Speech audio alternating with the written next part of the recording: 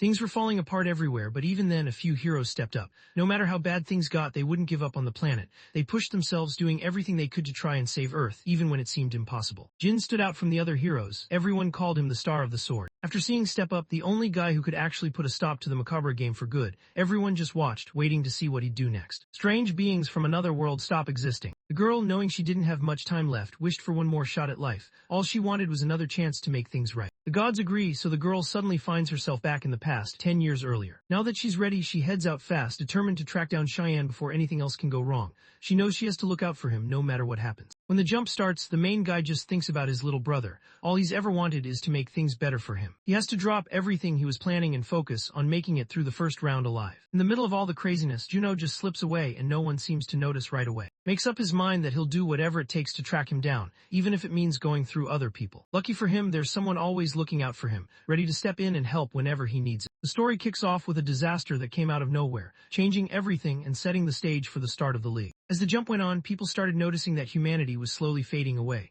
But not all hope was lost. There were still a few heroes left, pushing themselves in the last stage, determined to bring things back to normal. One of the heroes was in pretty rough shape, barely holding on. With whatever energy he's got left, he goes for one last attack. Jay the admin just laughs it off and thinks it's kind of a waste. The young guy was almost at the finish line, just a step away from winning. He was completely worn out. The boy suddenly drops to the ground, his body giving out under him. Not too far off, a girl starts yelling for Sai to get up. The administrator looks surprised. He hadn't seen anyone make it to the final round before. Neither of them really stood a chance at winning, but honestly they couldn't complain. Getting noticed by everyone out there, having all eyes on them, even for a moment, was something most people never got. That alone was worth it. Right before wrapping things up, she lets the young girl know there's still a chance to ask for something.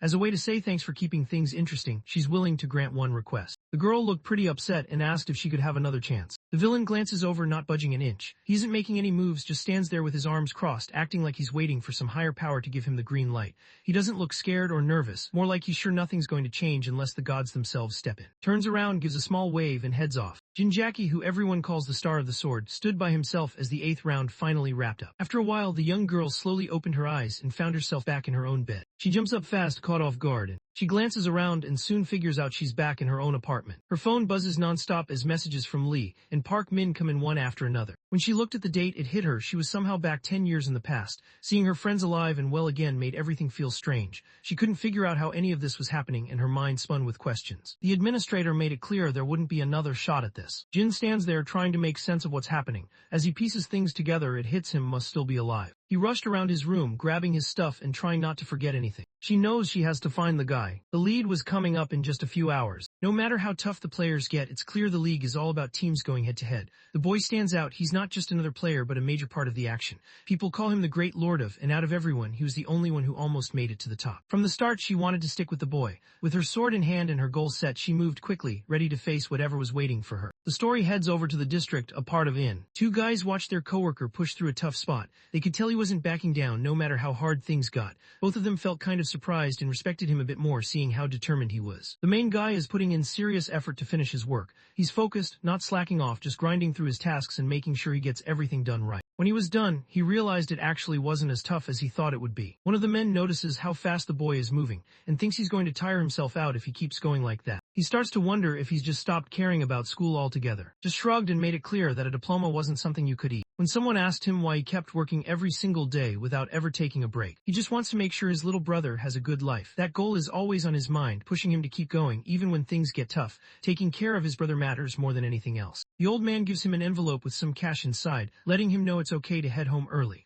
It's his little brother's birthday after all, and today's not a day to stay late at work. After work, he makes his way over to Onyx Mall. He lets the store worker know he's searching for something that would be good for a 13-year-old boy. The woman holds up a jacket and explains that younger guys usually put it on over their school uniforms. The main guy thought about it for a second and realized that if he bought that thing, he'd probably have a tougher time getting enough food and covering the electricity bill. But then called him up and asked if he wanted to grab some chicken for his birthday. He grabs the jacket and the food, figuring this date is a once-a-year thing and he doesn't want to mess it up. The boy stared at the bag in his hands, thinking about how he'd never spent over 100,000 won on clothes before. This was a first for him, and he couldn't help but feel a little nervous and excited all at once. He's glad he can do something good for his little brother. He walks up to the elevator and notices it's out of order. He wonders what's going on. A guy heads for the emergency exit thinking it'll be a quick way out, but as soon as he gets there, something weird catches his attention. It's not what he expected at all, and he pauses trying to figure out what's going on. The main guy notices some smoke in the distance and gets curious, so he heads over to check it out and see what's going on. But when he checks inside, his eyes go wide. He suddenly finds himself shoved out of the room, and the door shuts right behind him. Out of nowhere, a voice on the speaker said the store was closing right then. He checks his phone and notices there's no signal. He realizes the problem isn't limited to just the mall. Everyone starts freaking out. You can see it in their faces and the way they move. Nobody really knows what to do. Some people are looking around for answers, while others just freeze, hoping things will calm down.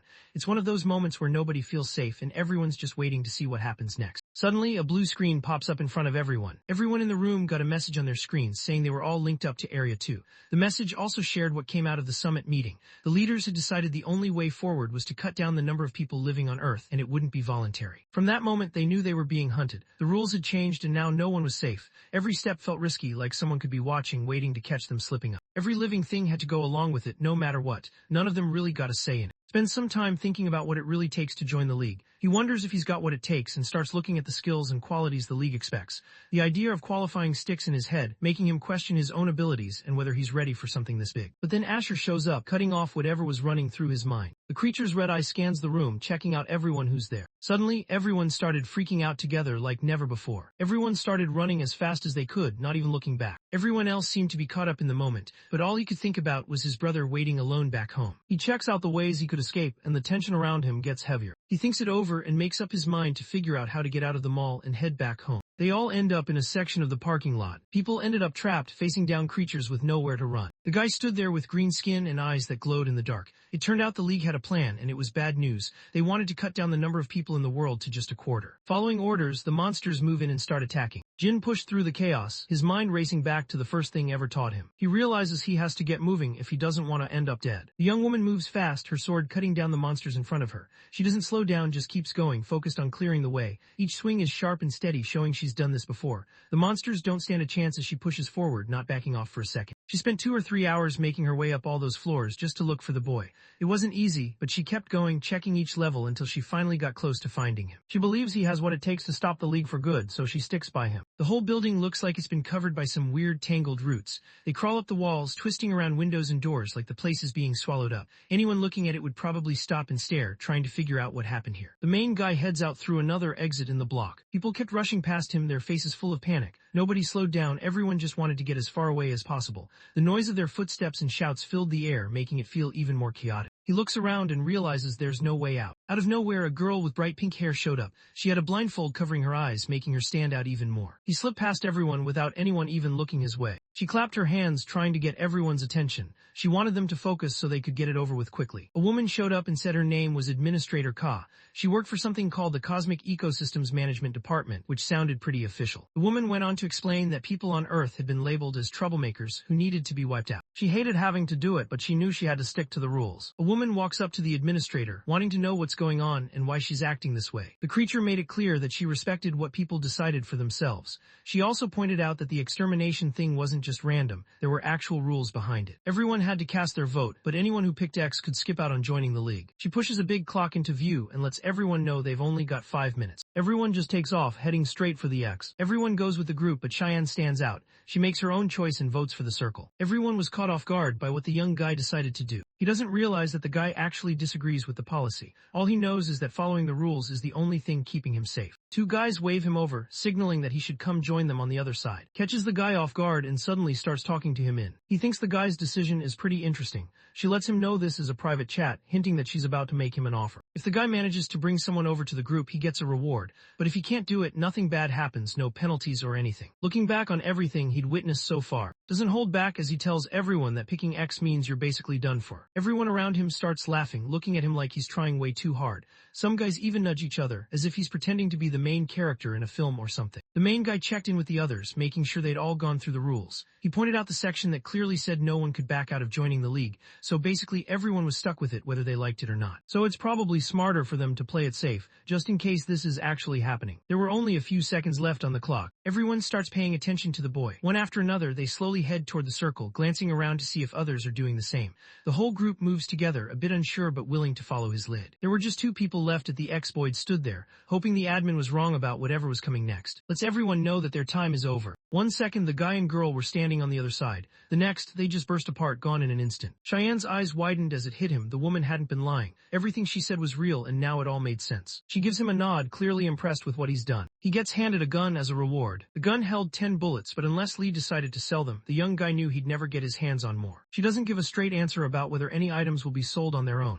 Instead, she just hints that people will have to wait and see. Out of nowhere, everyone stops what they're doing when a weird sound breaks the silence. Eyes dart around the room, trying to figure out where it's coming from. The vibe shifts as people start to look at each other, waiting to see what happens next. A guy comes down the stairs, looking desperate and clearly needing help. Just before the monster got to him and took him out. Everyone's staring, trying to figure out what that thing is. At the same time, the main guy realizes the leak is only just starting. Kay laughed and then decided it was time for them to get going. He seemed pretty ready to face whatever was next, and just like that, he was gone. People in the crowd spot the creatures and take off, pushing past each other to get away as fast as they can. Most of them don't last long before someone catches them. Kept his head down, trying not to make a sound. His heart was pounding like crazy as he looked around, searching for any way to escape. He was stuck in the middle of chaos, and all he could think about was how he was going to survive and get out of there in one piece. He thinks about Juno, and that gives him the push he needs to stand up and go for it. Out of nowhere, a monster pops up right next to him. He doesn't waste any time. He moves fast, going straight for his target. He stands his ground, not backing down. Even when things get rough, he keeps his cool and finds a way to handle it. The creature moves quickly. The creature swings its tiny knife and strikes. The young man, hurt and struggling, figured it was time to get out of there. He glances over his shoulder and notices the enemy rolling around on the ground, clearly struggling. He stands there, unsure of his next move. His eyes land on the dagger, and he wonders if there's another way out that doesn't involve hurting anyone. After realizing there's really nothing else he can do, he takes off running, clutching the knife tightly in his hand. He wanted to make sure his little brother wouldn't be left all by himself. He drives his blade straight into the goblin's back. Strawberry juice splattered all over the place. The knife slipped from his hand as he noticed his own hands shaking. He doesn't waste a second. Instead, he puts all his attention into looking for an exit.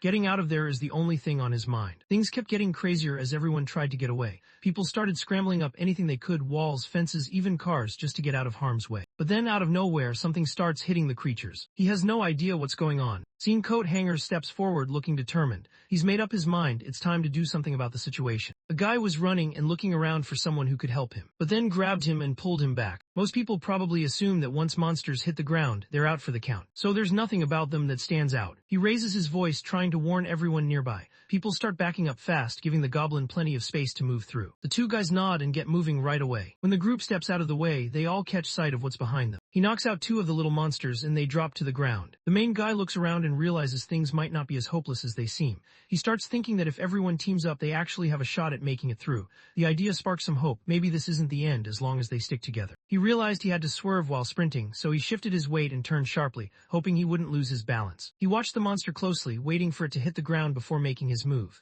He knew he had to time it right, ready to use whatever he had left for one last shot. Some guys stick to the plan and quickly pick up whatever they spot lying around. The guy freezes and stares at the young man, trying to figure out who he is. After fighting for a while, the guy walks up to him, clearly impressed by what he just saw. He can't hide it. He thinks the kid's got real talent. He said his name was Guan De Young, and he used to be in special forces. Thinks it'd make sense for everyone to stay together, but right now, nobody's interested in that. He just shrugs it off, acting like he didn't really do anything out of the ordinary. He watched how the enemies moved and used what he noticed to get ahead. He couldn't help but think about how he even caught that in the middle of all the craziness, yet somehow still kept everyone looking to him for what to do next. When someone brought up what came next, he glanced around knowing he had to hurry. They realize they have to build a barricade fast if they want to stop the monsters from getting to anyone else. By setting things up like this, everyone could stay protected inside the circle while they use the rods to strike down at the enemies from above. He lets the ex-soldier know this is still only the tutorial stage. He nods along, thinking about how the guy in front of him really has his act together. Whether it's the way he talks or handles himself, everything just seems to work out for him. He notices what the dog is up to. Some people notice what's going on and step in to help. He lets them help out. Cyan steps up and starts handing out tasks to everyone. He takes charge, making sure the group knows what to do and keeping things organized. Out of nowhere, something began to appear from the side of the escalator. Everyone started paying attention, ready for whatever might happen next. The goblins take off running, trying to get away from the djinn. The main guy steps forward and signals for everyone to chill out. He doesn't want anyone starting a fight right now, so he tries to keep things calm.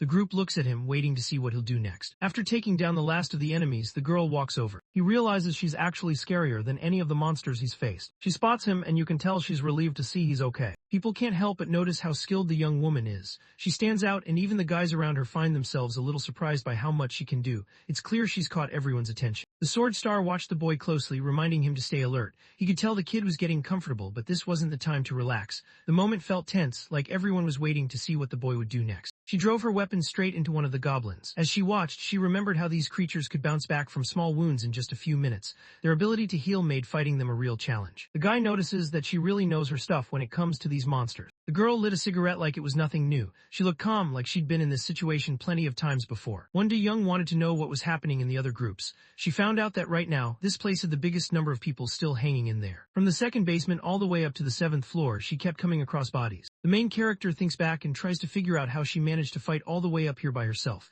It doesn't really make sense to her. She started from way down below and somehow she's standing here now. He went in with just one weapon. Suddenly, Jin mentions that she went looking for Juno. They tried to figure it out, but it just wasn't working, so now their only option is to lock in and take the first round seriously. As soon as he hears that, the guy grabs the weapon he was just given and aims it straight at Jin. He wondered for a second how she even knew he had a little brother. The girl didn't bother giving an answer. She just signaled that they should go somewhere more private to talk. The dude heads straight for the bathroom. He noticed the revolver pointed straight at her. This wasn't her first time jumping into that wild game. She'd already done it once before. She told him her name right away, not bothering to hide it. She tells him that in another timeline they didn't meet until 5 years after the league kicked off. Back then, they made it all the way to the end of the game, teaming up with several other players along the way. Some people just wanted the cash. Some people just wanted to do their own thing. Some guys didn't back down at all. They went all in, doing whatever they could to protect their king. But in the end, things just fell apart and nothing worked out. This time, she made up her mind to meet the leader of the toughest group from the last league before anyone else. Felt kind of awkward and apologized, letting her know he wasn't into that topic.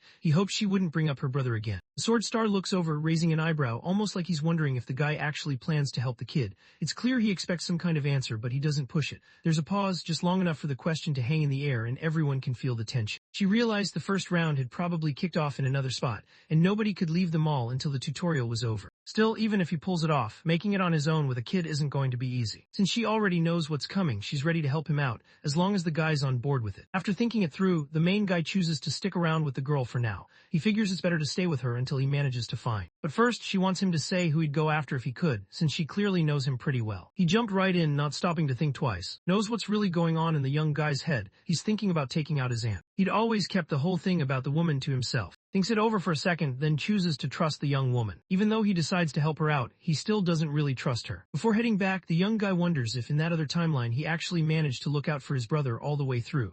The thought sticks with him, making him question if things could have gone differently. When asked, the girl insists that when she first saw him, he was by himself. Nobody ever asked about how the little one died, so she never found out what really happened. He realized he didn't feel anything anymore. Emotions just weren't there, like someone had flipped a switch. He starts thinking that his brother might have died while he was at the mall. Jin reminds him to chill out, since it hasn't even been a full day yet. From that moment, it realized things were about to get way tougher. Now, instead of dealing with monsters, it would have to go up against humans. Looks over at the group and nods, giving a small smile to the ones who made it through. He's glad to see they pulled it off, and even though he's usually quiet, it's clear he's proud of them. He looks around at everyone, letting them know that all of them are going to level up in the Players' League. Strange creatures showed up, blasting trumpets as confetti rained down all around. Everyone started to question whether the little kids were monsters too. Once the march wraps up, everyone comes to a stop. The guy who looks like the leader flashes a sly grin, getting ready to reveal what the first round is all about. Everyone learns they're stuck playing the king's game, and there's no way around it. They have to go up against each other if they want to move forward. The little demons took off into the air, buzzing around as they got organized.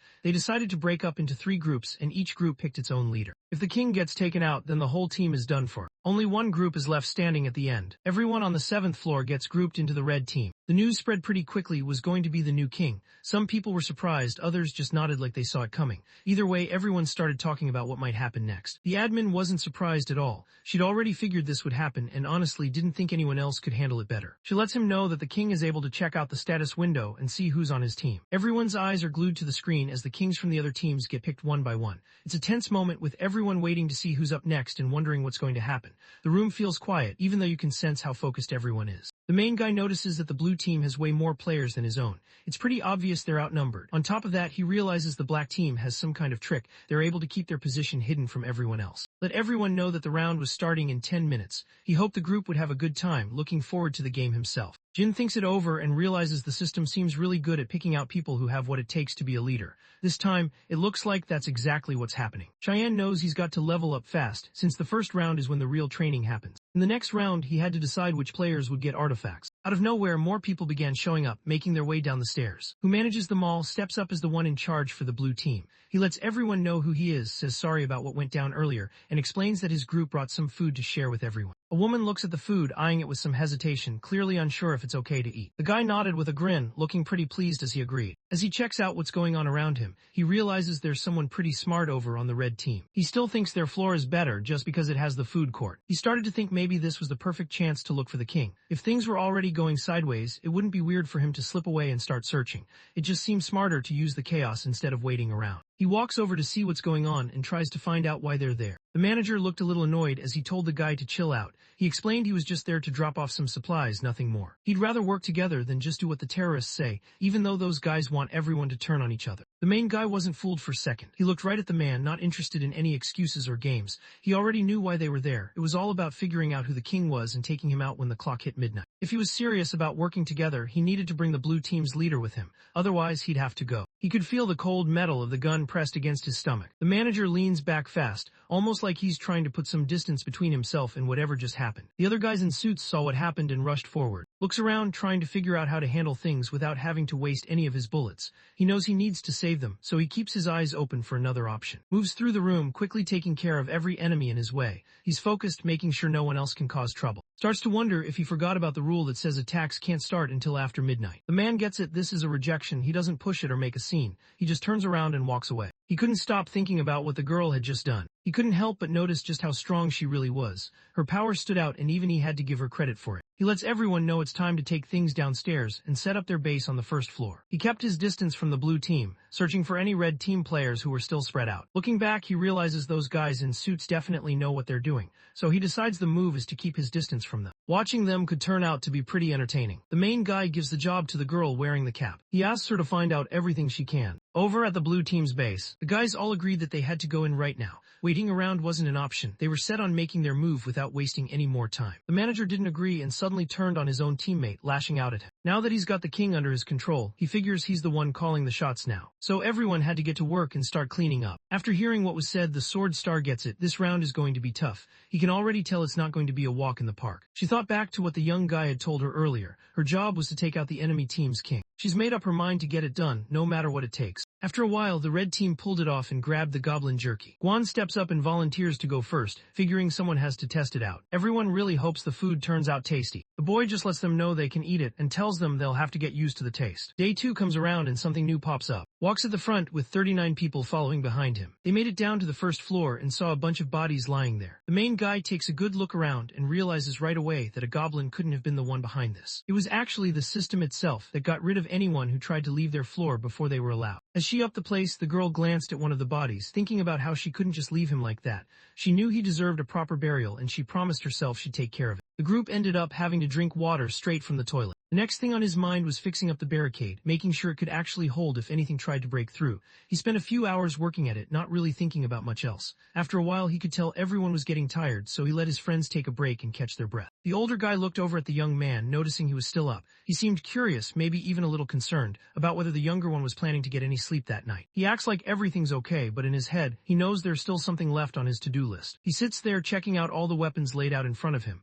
Looking at them, he knows his team needs to hit harder. They need more strength if they want to stand a chance. He keeps at it, working on his project, making small changes here and there. He won't stop until it measures up to what everyone else has done. Out of nowhere, two people start talking and it grabs everyone's attention. Lee showed up and her brother Lee was right there with her. He remembers Jin wanted him to watch the two. Happy looked down at her spear, thinking about how cool it was. She really liked it and it showed on her face as she admired it. Checked out the status window and realized that spears actually work better for him. And walked over and wanted to know if the girl could make more weapons. She nodded and let him know she grabbed a bunch of daggers back on the 7th floor. While working, the main guy dozed off right at his desk. He suddenly finds himself back in the past. He kept thinking back to that night when he suddenly woke up in the dark. He sat there for a long time, staring at nothing, and everything just felt too heavy. It was like he couldn't see a way out anymore, and he started to think about giving up completely. June shows up, watching what's going on and wondering what he's up to. The boy ran over and wrapped his arms around the little one, pulling him into a hug. He looked sorry, trying to make things right with a quick squeeze. memories. He jolts awake, heart pounding, his brother's name still ringing in his mind. He figured she was probably at home by herself. Looked over at the boy, noticing how uneasy he seemed. It was pretty clear something had bothered him during the night, and couldn't help but wonder if the kid had just woken up from a bad dream. He let everyone know he'd given them all something to do. That wasn't going to cut it for the protagonist. He looked at what he had, but he knew right away it just wasn't enough. The boy didn't see it the same way. He actually thought it could be pretty useful, even when things get a little tough. After realizing he'd been out cold for a whole day, he sat up, still groggy, trying to process what just happened. Time felt strange, like he'd missed out on something important. He glanced around, confused, his mind racing as he tried to catch up with everything he'd missed. Cheyenne can't stop thinking about how badly he messed up. He keeps replaying everything in his head, wishing he'd done things differently. Handed him a coffee. He realizes he doesn't have to handle everything by himself. He's surrounded by older guys, all of them desperate to find a way back home. Ka suddenly showed up, catching everyone off guard. The admin smiles, clearly moved by what just happened. Things were starting to drag, so someone suggested a special game to shake things up and get everyone moving again. In 4 hours if any team doesn't make it. If they mess up, they're going to get hit with a pretty big penalty. The guys learned that the big game coming up was going to be capture the flag. Each team got their own flag, but the twist was that the flags were hidden on 3 separate floors. The blue team's flag sits up on the 3rd floor. The black team's flag sits up on the 6th floor. The red team's flag sits up on the 9th floor. To move on to the next stage, all they had to do was grab their own flag. The guy wonders what kind of trouble he'd get into for this. Right then, his head and 3 others just burst apart. The admin thinks it's fine to complain every now and then, as long as it doesn't happen all the time. They can't just sit around, hoping the king's game will end on its own. Nobody steps forward, so she takes charge and lets everyone know that for the next 4 hours, they're all about to find out what surviving really means. While everyone around him started to freak out, Cheyenne stayed calm. He remembered how they had already taken down those monsters before, so he just told the group they could handle this too. He was sure they could grab the flag and get out just like they managed before. One guy started complaining, but the younger dude just shot him a look that made it clear. If that's how he wanted to act, he might as well just stand there and give up. Nobody in the group seemed willing to step in and help him out. As everyone stood around, someone else started to wonder what would happen if they ended up running into the black team. The main guy lets everyone know he isn't actually going for the red flag. Up on the 7th floor, Guan and his friends grab as much jerky as they can carry. Out of nowhere, the young guy hears a sound that grabs his attention. He heads over to see what's going on and spots the blue team already there. The guys in suits couldn't find anything, so they figured they'd head downstairs. They seemed pretty confident, reminding each other that there were more of them than anyone else around. Signals to his friends, letting them know it's time to head for the emergency stairs. He wants them to grab all the meat before they go, not leaving anything behind. On the 3rd floor, the blue team gets ready to go for their flag. The real issue is that some huge monster is standing in the way, keeping everyone from getting to the object. Dong stood a little taller, acting like he was in charge. He pointed at the 2 younger guys and signaled for them to go pick up the item. One of the boys lay on the ground, his heart racing as he wondered if this was really it for him. Things weren't really going his way. His fear turns out to be real when the creature wastes no time and takes him out. The guys in suits just stand there watching everything unfold. They don't step in or try to help. Out of nowhere, white smoke starts to show up. The group leader spots the problem right away. It's just a fire extinguisher going off, not something serious. Out of nowhere, something grabs onto a guy's arm. Suddenly, people in the crowd start getting hit. Right away, chaos breaks out.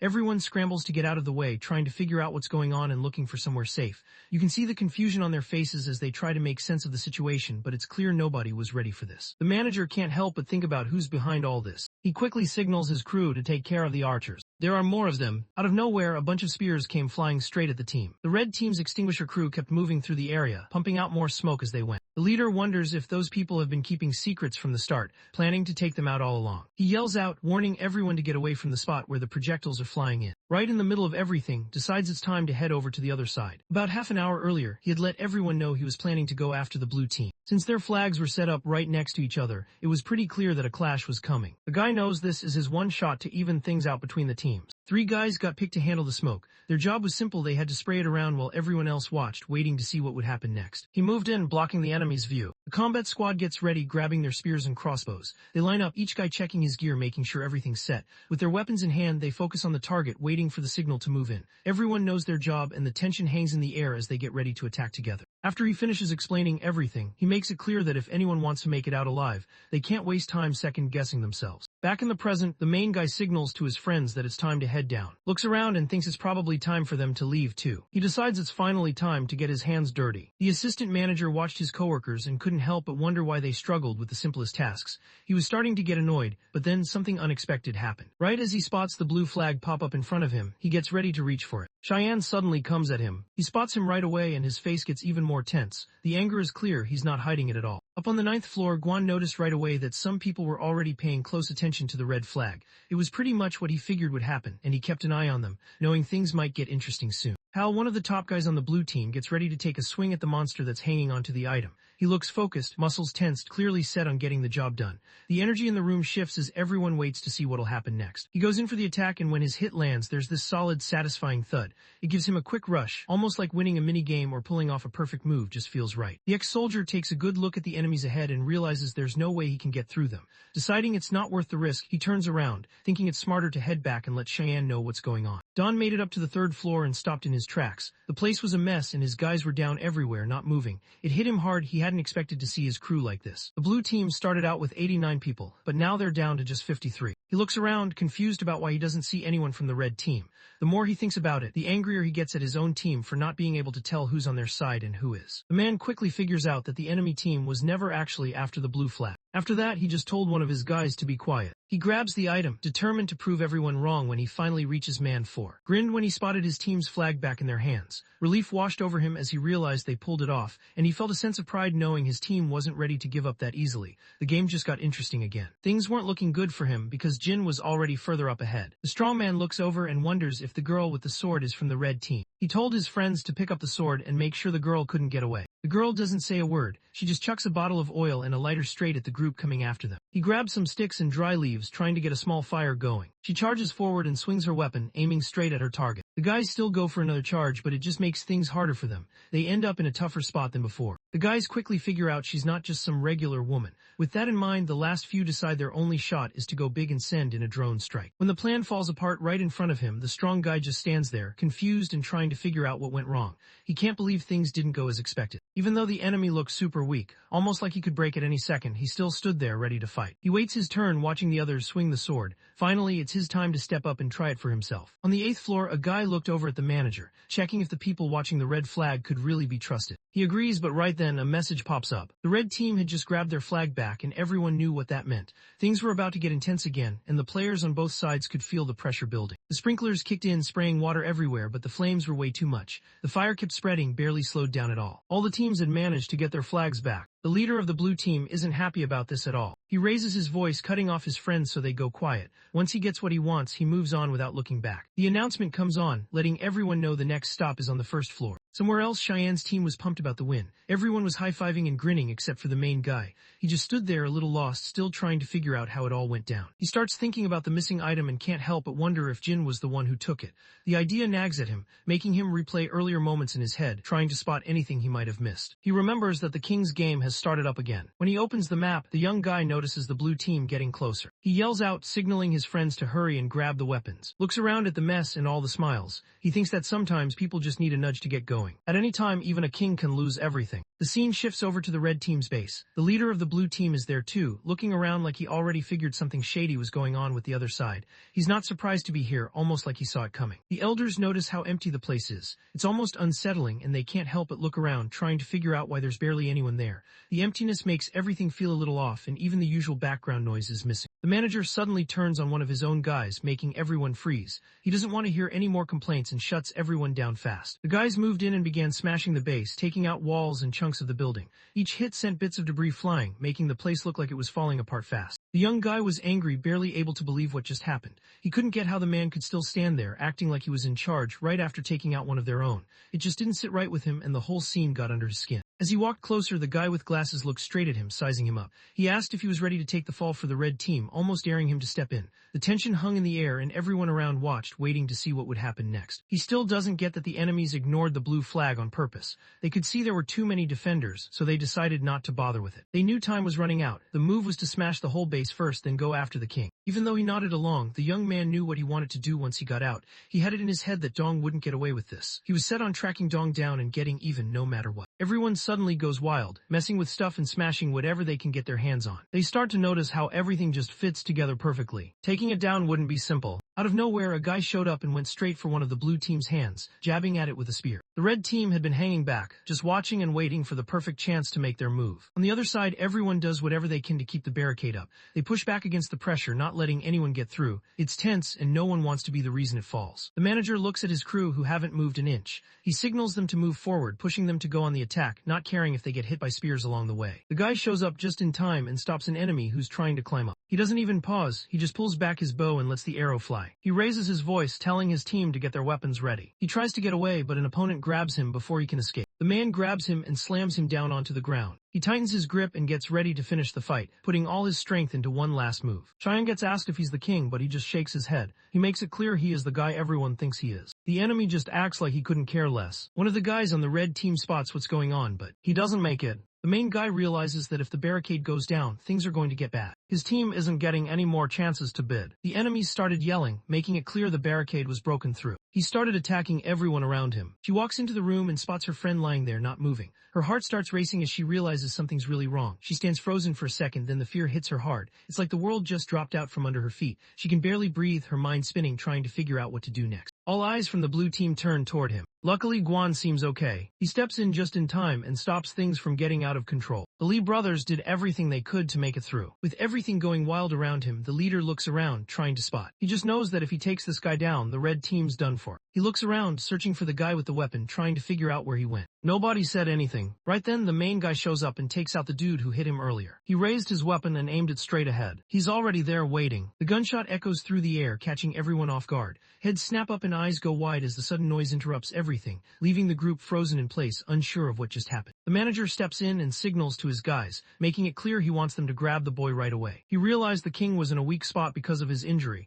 and he saw this as a chance to get ahead. The guy shakes his head, trying to make everyone see he's not the king they're looking for. He looks desperate, hoping they'll finally believe him and let him go. The guy with glasses isn't buying it. He tells his friends he thinks everyone's just hanging around the new kid to watch his back. With the enemies closing in, everyone felt the pressure start to build. A few guys tensed up, their eyes darting around, trying to figure out what would happen next. Some of them clenched their fists, ready for whatever was coming. The air got heavy, and even the ones who usually joked around went quiet, focusing on the threat that was getting closer every second. The main guy realizes there's just no way to stop them, not even with the weapon he's got. He knows he has to figure out how to finally take down Dom for good. He lifts his arm and pulls the trigger, sending shots down range. He lines up his shot, but with the target far away and other players getting in the way, he doesn't hit it. A guy steps up, looking like he's about to grab him. Cheyenne bursts in, gun drawn, not wasting a second. He takes a knife to the leg. He still sticks to his plan and goes after the leader. Out of nowhere, a guy suddenly leaps at him and knocks him down hard. The punches finally stopped when the ex-soldier showed up. He steps in just in time and stops things from going downhill. He couldn't help but think about why regular people end up fighting each other like this. The guys on the blue team look pretty happy as they let everyone know that the red team's king was out. The guy's down on the ground, moving slowly as he searches around for his weapon.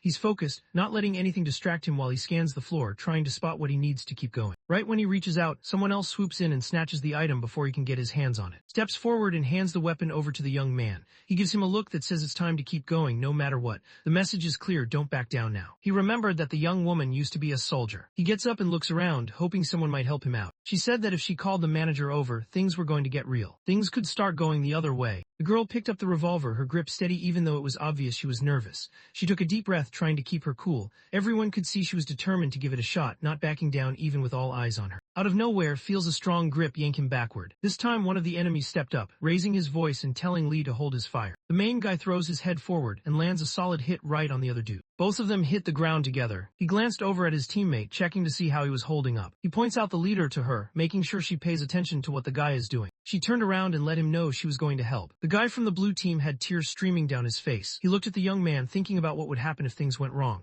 Deep down, he knew that if the young man didn't make it, he'd be the one left standing. The thought weighed heavy on him, and it was clear he was struggling to keep it together. The guy raises his voice, making it clear that he's dealing with the same stuff as everyone else in the room. The young guy reaches for the knife. The arrow was stuck in his leg. He swings at the other guy, hoping to land a punch. The ex-soldier pulls the trigger at last. He swings but misses the guy with glasses. Dong suddenly figures out that everyone's eyes are locked on him. He feels his chest tighten and his stomach twist like he just got called out in front of the whole class. His mind races and he can't help but freeze for a second, unsure what to do next. The girl doesn't hesitate, she pulls the trigger one more time. Everyone pauses and turns toward the camera, their attention caught for a moment. The leader of the blue team finally gets tagged. After he hits the ground, the other guys look around, confused and trying to figure out what just went down. Looks over at, but the manager moves a little, making it clear he's still breathing. He looks ahead, knowing deep down that no matter what happens next, he's already come out on top. He tells his friends to take care of the boy, wanting to end things quickly. He thought about escaping, deciding he'd deface whatever came his way, even if that meant getting shot. The party vibe totally changes the moment Jin walks in. Everyone's having a good time until he shows up, looking around for the real leader of the blue team. Suddenly, things get quiet, and the fun kind of fizzles out as everyone waits to see what'll happen next. After a while, starts to get curious about where they're taking him. He heads up and realizes that everyone's gathered on the 11th floor, right where the blue team's old base used to be. He glanced over and spotted the Lee brothers nearby. He wants to know what's going on. The young woman looked at the boy, thinking he must be starving after being knocked out for almost 10 hours. She wondered if he was hungry since he hadn't said anything yet. She explains that showed up and wrecked the entire first floor. Turns out everyone found out the manager wasn't actually the king of the blue team. After Dong passed away and still nothing changed, the girl decided to take out the rest of the team too. The group made their way up to the 11th floor. Suddenly, a message popped up. Turns out the blue team's king was dead. After that, someone noticed a locked room on that floor. Inside the room, the real king lay there. He was old, and someone had tossed him in just to starve. He started thinking back, remembering how the manager always seemed to know everything that was going on. If the manager really was the guy in charge, he'd probably know exactly where everyone from his group was at any given moment. Now after all that, there's just one team left. He doesn't know what's really going on, and for all he knows, some of the enemies might be hanging out right there with the people he trusts. Lee mentions that the girl with the sword and the ex-soldier both headed out to check the area. The group heads down to the first floor. Guan looks at Jin, clearly annoyed, and wonders if Jin even cares about the people who passed away. The administrator's guys showed up and went straight to work, lighting the bodies on fire. Smoke started rising and the smell filled the air. Nobody said anything, but everyone could tell things were getting serious. The boy paused for a second, thinking it over. He wondered if the young woman ever thought those people should be treated better. She points out that he's running his mouth a lot, even though his hands are still sticky and stained from the strawberry juice. The young guy starts thinking about what might happen if he keeps playing the game. He can't help but picture himself turning out like her, and the idea sticks in his mind, making him second-guess his next move. At the cinema, Cheyenne couldn't help but look around tense. If someone from the black team was hiding out there and things went bad, he knew they'd have to take people out one after another. The thought kept him on edge, making it tough to relax or focus on anything else. There's no time left, so he gets ready to start the test right away. He thinks back to when the flags got taken and realizes that now, only a few people are left on the first floor. Was there, standing quietly, stood there watching everything unfold around him. Out of nowhere, brings up what happened when the young guy passed out. Turns out the ex-soldier wouldn't stop asking for the revolver. Wanted to know if the guy had actually told that to one. He didn't give anything away, just kept his expression steady and let everyone guess what he was really thinking. The young guy finishes talking and leaves it at that. He doesn't have anything else to add, and it's clear he's done for now. Somewhere else, the black-haired guy feels a bit better knowing he still has some food left. As he glances at the sword star, he gets ready to show whatever he's been hiding. The Lee brothers started bickering with each other, both getting annoyed that just couldn't trust anyone. Jin picks up on a sound nearby. He gestures to the ex-soldier, making it clear they should head inside. Inside, the main guy spots the two. He steps outside and goes over to the young woman. She figures is probably the king of the black team. It's not just because he asked for the weapon, but also since he had a lot of time to walk around and do his own thing. He thinks this last part is about her too. At the last minute, he showed up on the first floor. The ex-soldier steps in and cuts off their conversation. He said he was trying to find Cheyenne. He offers him a cigarette, waiting to see if he'll take it. Everyone heads into the cinema, finding their seats and settling in as the lights start to dim. Jin couldn't help but feel uneasy about leaving the boy alone with Gwen. He kept glancing back, wondering if things would be alright without him there. Even though he tried to shake it off, the worry stuck with him as he walked away. Kane shakes his head and pushes the pack of cigarettes away. He isn't into that stuff and it's not really his scene. Even when everyone else lights up, he just keeps his hands in his pockets, not bothered by sticking out. He decided to give it another shot, hoping things would go differently this time. The young man pulls out a cigarette and lights it up. He started smoking again, thinking it helps him keep his cool. He reached into the coat of a kid who looked like he wouldn't make it, and there by luck he found a pack tucked inside. For him, nothing felt out of place, everything just seemed normal. The protagonist picks up the gun and looks at the young guy, trying to figure out what he's really after. He flicked his cigarette away, looking like he'd finally had enough. He's about to let everyone know right away that he's actually the king of the black team. Even though someone was holding his hand, the guy still pulled it together and took the shot. Things take a turn when he gets grabbed and held as a hostage. Suddenly, everyone tenses up and starts paying close attention, ready for anything. Raised his voice, making it clear that everyone should stay back if they didn't want the kid to get hurt. He explains that he just has to make it through 6 days, and now with only 10 minutes left, he's almost at the finish line. Winning is so close he can feel it. Cheyenne watches him and can't help but wonder what's going through his head. Most people would just played it safe, kept their head down, and walked away without any trouble. But he's choosing to take a risk, and Cheyenne can't figure out why. The young man nodded, remembering his days as a soldier. Back then, he'd faced way tougher stuff, but quitting was never an option for him. He always thought his missions were important and worth doing. But then the King's game kicked off and Cass spoke up. Adding a third team just made things more intense before everything suddenly went quiet. He started helping himself out, and along the way, he realized he'd chosen the exact moment he wanted everything to end. But once the blue flag showed up again, things took a different turn. The young man moved like he was half asleep, barely noticing anything around him as he picked up his flag. He realized deep down that he actually wanted to keep going. It hit him all at once. He wanted to stick around and see what happened next. Even though he made it out instead of, the thought followed him everywhere. It was like a shadow he couldn't get rid of, always reminding him of what happened. Even when he did everything he could to help everyone. The guys looked like they were made for that game. Watching them play, it was obvious how comfortable they felt on the field, like everything just clicked for them. The ex-soldier realized he was on his own now. There wasn't anyone left he could really trust or lean on anymore. Heard the noise getting louder around her. She moved carefully, reaching for her sword, ready for whatever was about to happen. The king of the black team says goodbye to everyone. He decides he's going to stop helping. He raised the gun and pulled the trigger, ending his own life. His face was streaked with strawberry juice. In the end, the main guy figures out how things turned out for him. Ended up taking the win. Just as everyone was still processing what happened, showed up. She looked a bit relieved and mentioned she honestly thought the red team was about to lose for a second. She looked around at the group and let everyone know they'd made it through the first round. The guys started to relax a little, some of them even grinning, finally realizing they cleared the first big hurdle. It was like the tension in the room dropped and people could breathe again, even if just for a second. She finished setting out the food, making it clear everyone could dig in whenever they wanted. People don't waste any time. As soon as the chance comes up, they dive right in, grabbing what they want without even thinking twice. It's almost like they've been waiting for this moment and now nothing's holding them back. Stood there careful not to mess with anything around him. He didn't want to stick around, so he made it clear he was ready to go. The admin looks over, wondering why everyone's in such a hurry. He reminds them that there's still plenty of time before the meeting starts, so there's really no need to rush. They had to get ready before checking out what was going on outside. She lets everyone know that the next round isn't going to be easy. The opponents coming up are on a whole different level, and it's clear things are about to get way tougher. All the group has to do to win is just stick to the rules. Suddenly, a bright light bursts out of nowhere, making everyone squint and cover their eyes. As everyone kept eating, small bumps started popping up on their skin. Out of nowhere, they'd blow it up just for trying to sneak some food out. Blinks awake, his eyes slowly adjusting to the light. He notices he's not inside the building anymore. Out of the whole world's population, only around 2 billion people made it past the first challenge. That meant most people didn't even get through the starting line, and only a quarter of everyone was left moving forward. Up next, the second round was about to start, and this time everyone saw that the Fiend Winter was stepping up. It was the kind of thing Ka could have brought up, but honestly nobody would have paid much attention. Once human comfort disappeared, everything started to shift. The admin explained that from now on, everyone would have to live alongside all kinds of creatures. It wasn't just about people anymore. The world had gotten bigger, and now they'd be sharing it with things they never expected. Staying alive in that frozen city was the main thing on everyone's mind. She lets everyone know the artifacts are about to power up, but some people get picked and end up with gifts, rated from Class A for the best down to Class F for the lowest. The chosen players would get their items next week. Everyone seemed to be having a good time, but not Cheyenne. He has to hang back for a bit before he can use his artifact. Someone suddenly vanished, and right after that, a huge blast went off. It was caused by this weird creature that looked kind of like a whale. After a while of just walking around, waves goodbye to the main character and Jin, hanging back for a moment before heading off on her own.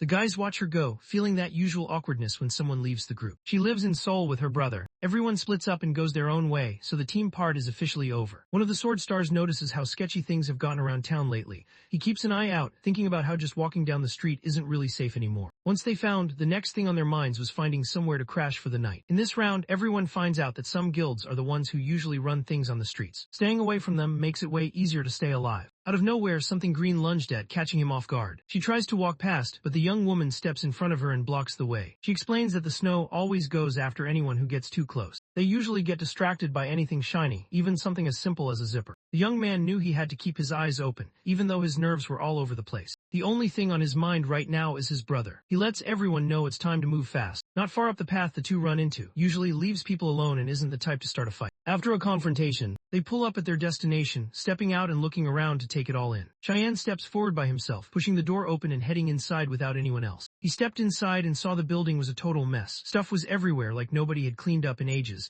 It was the kind of place that made you look around twice just to take it all in. He just can't picture how it would even work. The little kid is just acting like any other kid would. His hands sweaty and cold, he slides the key into the door. He reached for the door expecting it to be locked, but noticed it was already open. He steps inside and spots two people looking his way. They act like they already know him, which throws him off a bit. The story focuses on his aunt and his cousin Yi Young. He storms out and shuts the door hard, his anger written all over his face. He looks around trying to spot Juno, but she's nowhere to be seen. The woman got caught off guard but stayed calm. She let him know she'd fix him something to eat, heading toward the kitchen like it was no big deal. Turns out the kid had been hanging out with them the whole time up until he left San Francisco. 3 days earlier, he left to find his older brother. The main guy raises his voice, looking at his aunt, trying to understand why she let things get out of hand. His aunt looks tired and says she did what she could, but it just didn't work out. The boy's cousin jumped in looking annoyed. He pointed out that there wasn't enough food for everyone. To him, kids didn't really matter much in a situation like this. After the boy's parents died, the woman brought him into her home. But it wasn't out of kindness. She only did it to get her hands on the insurance money. Thinks back on everything and can't help but feel like she should at least stop the kid from walking out of the apartment. Then he suddenly thinks about Guan, the guy who called Heli earlier. He realizes that his whole life has been shaped by the rough place he grew up in. He's learned that sometimes being tough is just what you have to do to survive. He's ready to go down that road, no matter how dark it gets, even if it turns him into something people fear. Jin stands outside just hanging around and waiting. He tries to keep himself calm even though he's a little on edge. Every now and then he checks his phone and looks around, hoping things will move along soon. He glanced into his pack to see how many cigarettes were left. He walks over and sits down beside her. His hands trembled as he tried to steady himself. He thought about what the girl wanted. If her goal was to get rid of the League or even end his life, he figured he'd just have to go along with whatever she told him to do. But he needs her help to track down his little brother. The Sword Star gives him her word that she's got his back. With that settled, the two of them head out together, moving through the city streets. After a bit of waiting, the young woman noticed the barriers set up around the players. That meant Juno couldn't have gotten too far. The main guy thinks back to the different guilds he's heard about. He figures that if his brother's still out there somewhere, those guilds might have something to do with it. He probably tried to get to where he always felt comfortable. They figured the best thing to do first was to check out the local police stations and district offices. The dude walks over to the police station. He looked around, trying to spot anything that might lead him to the kid. Out of nowhere, a bunch of pop up from under the snow. But Jin takes them out fast. Shia spots that the streets around the police station are empty now, which makes it clear that people must be nearby. Youngwon kept his eyes sharp, reminding himself and the group that it wasn't safe to relax yet. No one really knew what kind of guild had moved into that part of town, so he stayed alert, making sure everyone was on their toes. Up ahead, some people showed up. One of the people there was Lei, the surgeon who worked at the police station. The young man and the girl end up at the police station, both looking out of place as they're led inside. Their steps are slow, and neither of them seem sure what's going to happen next. The building feels cold and too quiet, making everything seem even more serious. He got inside, weapons and all, without anyone stopping him. The surgeon stepped forward, looking like he had a plan. Everyone could tell he wasn't done yet. He definitely had something up his sleeve. Inside, he points out that 3 whole floors are set aside just for the injured. The place was already packed with barely enough water or food to go around. Every day, more and more people kept showing up, making things even tougher for everyone there. So the guys started sending out patrol teams to go find whatever supplies they could. Lately, more and more people have been getting hurt because of the monsters. The man points out the spot in hell where all the duels happened. There were more hands than there were passes for using the bathroom or getting food. He could only use it once a day, like it had a limit. The bathroom pipe stopped working, and now there's barely any water left. The guy just shrugs it off like it's no big deal. The officer nodded at the two and walked away, leaving them to figure things out on their own. The guys started looking for, moving through the area and checking around corners. Each step felt heavier as they wondered where he could have gone. Everyone was on edge, glancing at each other and at their phones, hoping for any sign or message from him. While all this was going on, they started to notice that there was no real order in that place. It was kind of chaotic, like nobody really knew what was supposed to happen next. Wherever the police weren't around, things could get out of hand fast. Fights broke out and people did whatever they wanted, like no one was watching. A few hours go by with nothing working out, but keeps telling himself things will get better. He tries not to get discouraged, hoping that if he just sticks with it, something good will happen. A couple of cops walked past, looking totally worn out from everything that had been happening. Jin showed up by her side. She let everyone know that she hadn't spotted the little one anywhere. He wondered if they'd be gone tomorrow. The main guy acts like he doesn't want to leave just yet, making up a reason to hang around for a little longer. He had to get the mission done, just like the one that popped up before. If the police station gets more comfortable, he'll pick up some achievement points. She explains that these points are given to monarchs, and that missions like this usually pop up only near the end of the league. Even though it seemed a little weird to him, he figured he'd need the points at some point anyway. He's ready to do whatever it takes, even if he's not the king yet. He decides it's smarter to stick around and make the most of what info they've got,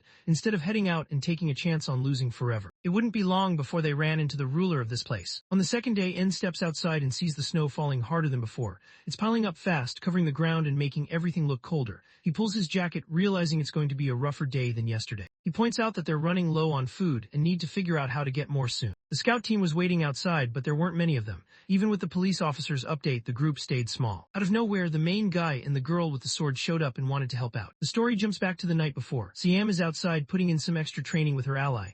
The air is cool and quiet, just the two of them, focused on getting stronger before whatever comes next. After beating him again, the mood shifted. The group felt a little proud, but they knew it wasn't time to relax just yet. They glanced at each other, still catching their breath, thinking about what might come next. Even though the wind boosted their confidence, everyone stayed focused, ready for whatever was waiting around the corner. The young woman explained that she wanted to teach him how to fight before the artifact even showed up. He sat there, confused, not really getting why he'd ever want to start learning to fight in the middle of the night.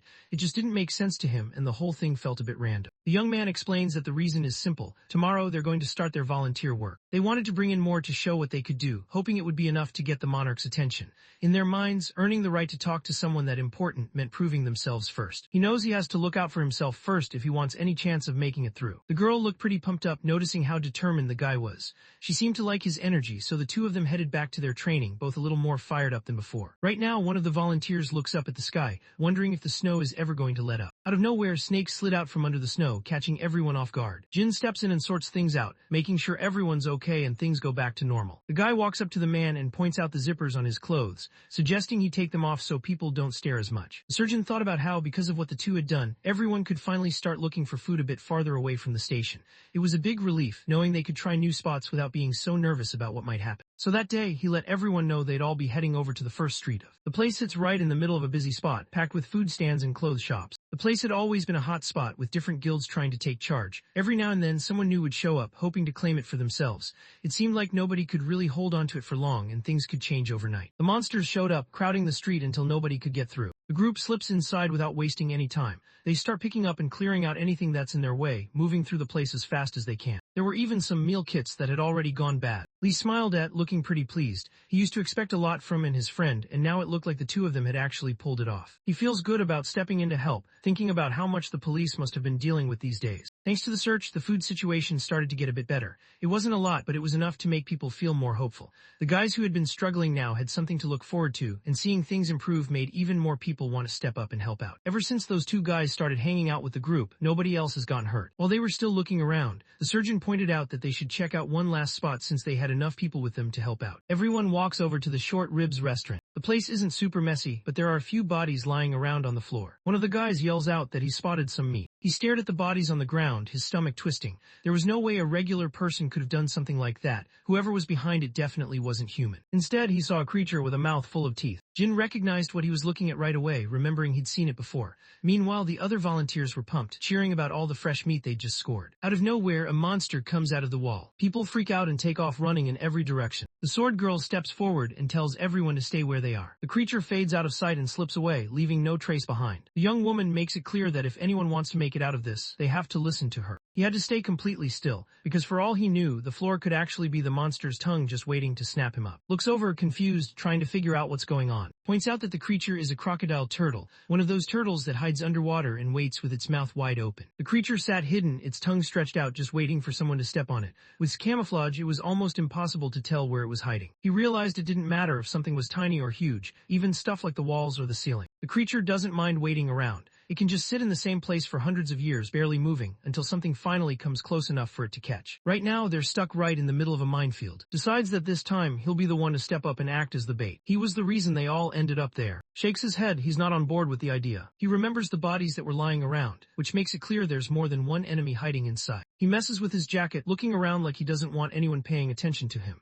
In his mind, he figures nobody here has to get caught up in his drama. They just have to put together a rope out of cloth and tie something heavy at the end, kind of like making a fishing rod. That way, they can try to toss it and hook it onto something near the exit to pull themselves across. The mission ended up dragging on way longer than anyone thought it would. It took a whole hour just to get everyone together in the same spot. 3 hours crawled by and the group had barely moved, just 10 steps forward. Everyone was starting to feel worn out, their legs heavy and their energy dropping. It was clear the long trek was getting to them. He also caught a cold because the window was broken. Out of nowhere, one of the volunteers drops to the ground. He falls, but one of the turtles manages to catch him. The protagonist glanced ahead, sizing up the distance left. Looked like there were still around 6 meters to cover. This means they still have a few more hours to go. The real issue is that the temperature's about to drop even more, and there's nothing around that could work as bait. Jin walks over, looking determined. Even though he knows the artifact won't help him this time, he still wants to give it a shot on his own. When the girl pulled out her sword, he mentioned that he actually had a plan. He grabs all the zippers he's been collecting and he wonders if the snow Nepenthes can get up to the 4th floor. The girl nods, letting him know it's possible. The young guy felt a rush of excitement. He knew what needed to happen next. As soon as she smashed the window, she should toss the stuff out.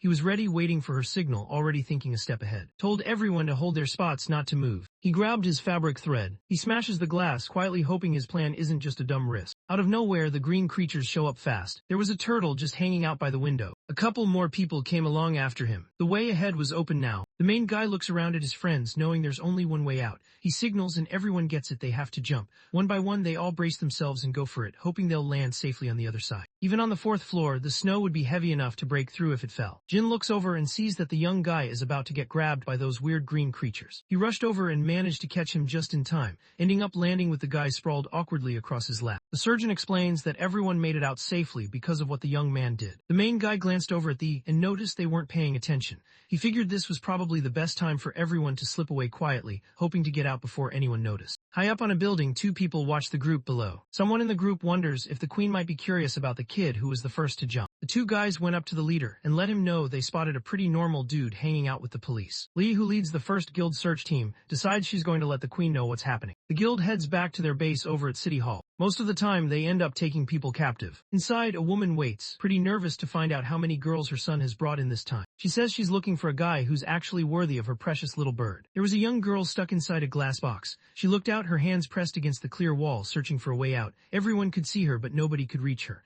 The box was small, and the way she pressed herself against it made it obvious she wanted to escape. The short-haired woman turned out to be Park. She was actually the leader of the guild, the one everyone looked up to. The leader of the search group steps into the room, scanning the place quickly. Everyone inside turns their attention to him, waiting to see what he'll do next. The atmosphere gets a little more tense, like everyone's holding their breath, wondering what's about to happen. He's been watching a few police officers who've been hacked by someone. They were poking around the first tree of getting ready to make a move. Before anything could go down, he spotted the people in charge, a boy and a girl. Both of them looked like they really knew what they were doing, definitely not your average rookies. When the monarch hears that the young guy is actually good-looking, he just grins. It's almost like he's thinking, alright, let's see what this kid-s made of. Without missing a beat, the monarch decides it's time to show the newcomer how things go down in this place. The boy had no choice but to take out all the police officers who'd been caught. When it was over, he sent their bodies back to the station, making sure everyone knew exactly what had happened. The prisoners in the room start freaking out. Some of them look around, searching for a way out, while others press themselves against the walls, hoping not to get noticed. Everyone's on edge, glancing at each other and trying to figure out what's going to happen next. One of the guys breaks down and starts crying, desperate for any chance to stay alive. Lets him know it's not about him. He knew he was done for just because he said her name. The police officer stood there, looking nervous and embarrassed, hoping the queen would let it slide.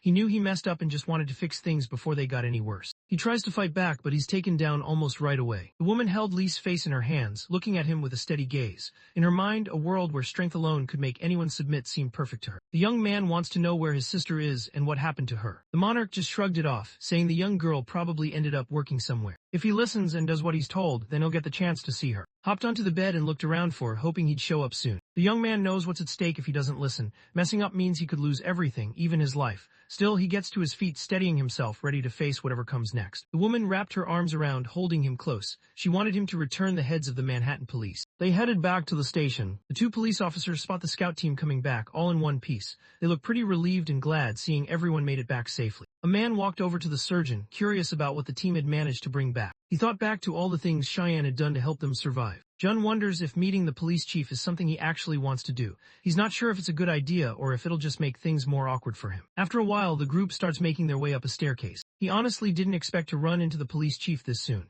This kind of meeting usually takes forever to happen, so he was caught a little off guard. The two guys hurry over and make it to the office in no time. Inside, a guy notices there are plenty of other guilds in that no one really knows about. If they reached out to headquarters, the groups would stay safe. Park runs things at the precinct. He's the chief, always looking sharp and in control, making sure everything stays on track. Everyone knows he's the guy in charge. A congressman from looked over and wanted to know if someone would actually step up if things didn't work out. He figured the survivors' complaints didn't really change anything. In his mind, the safest move was still to keep activities locked down, no matter how much everyone grumbled about it. The monarch from the first guild is pretty careful about his moves. He knows that if he uses his special edict, there's a good chance the barracks chief will catch on. The surgeon walked in, cutting their conversation short. The room got quiet as everyone turned to see who entered. The congressman let the chief know right away that there was no way he'd agree to having regular people do the job. After talking for a bit longer, Lee finally gets the chance to bring the main guy into the group. He's on the scout team and always steps up when they need him. Cheyenne realized the higher-ups always look for someone to blame when stuff goes sideways. He steps forward and says he can help run things in the city. The congressman wanted to know the young guy's age. He's 20 years old now and he left high school before graduating.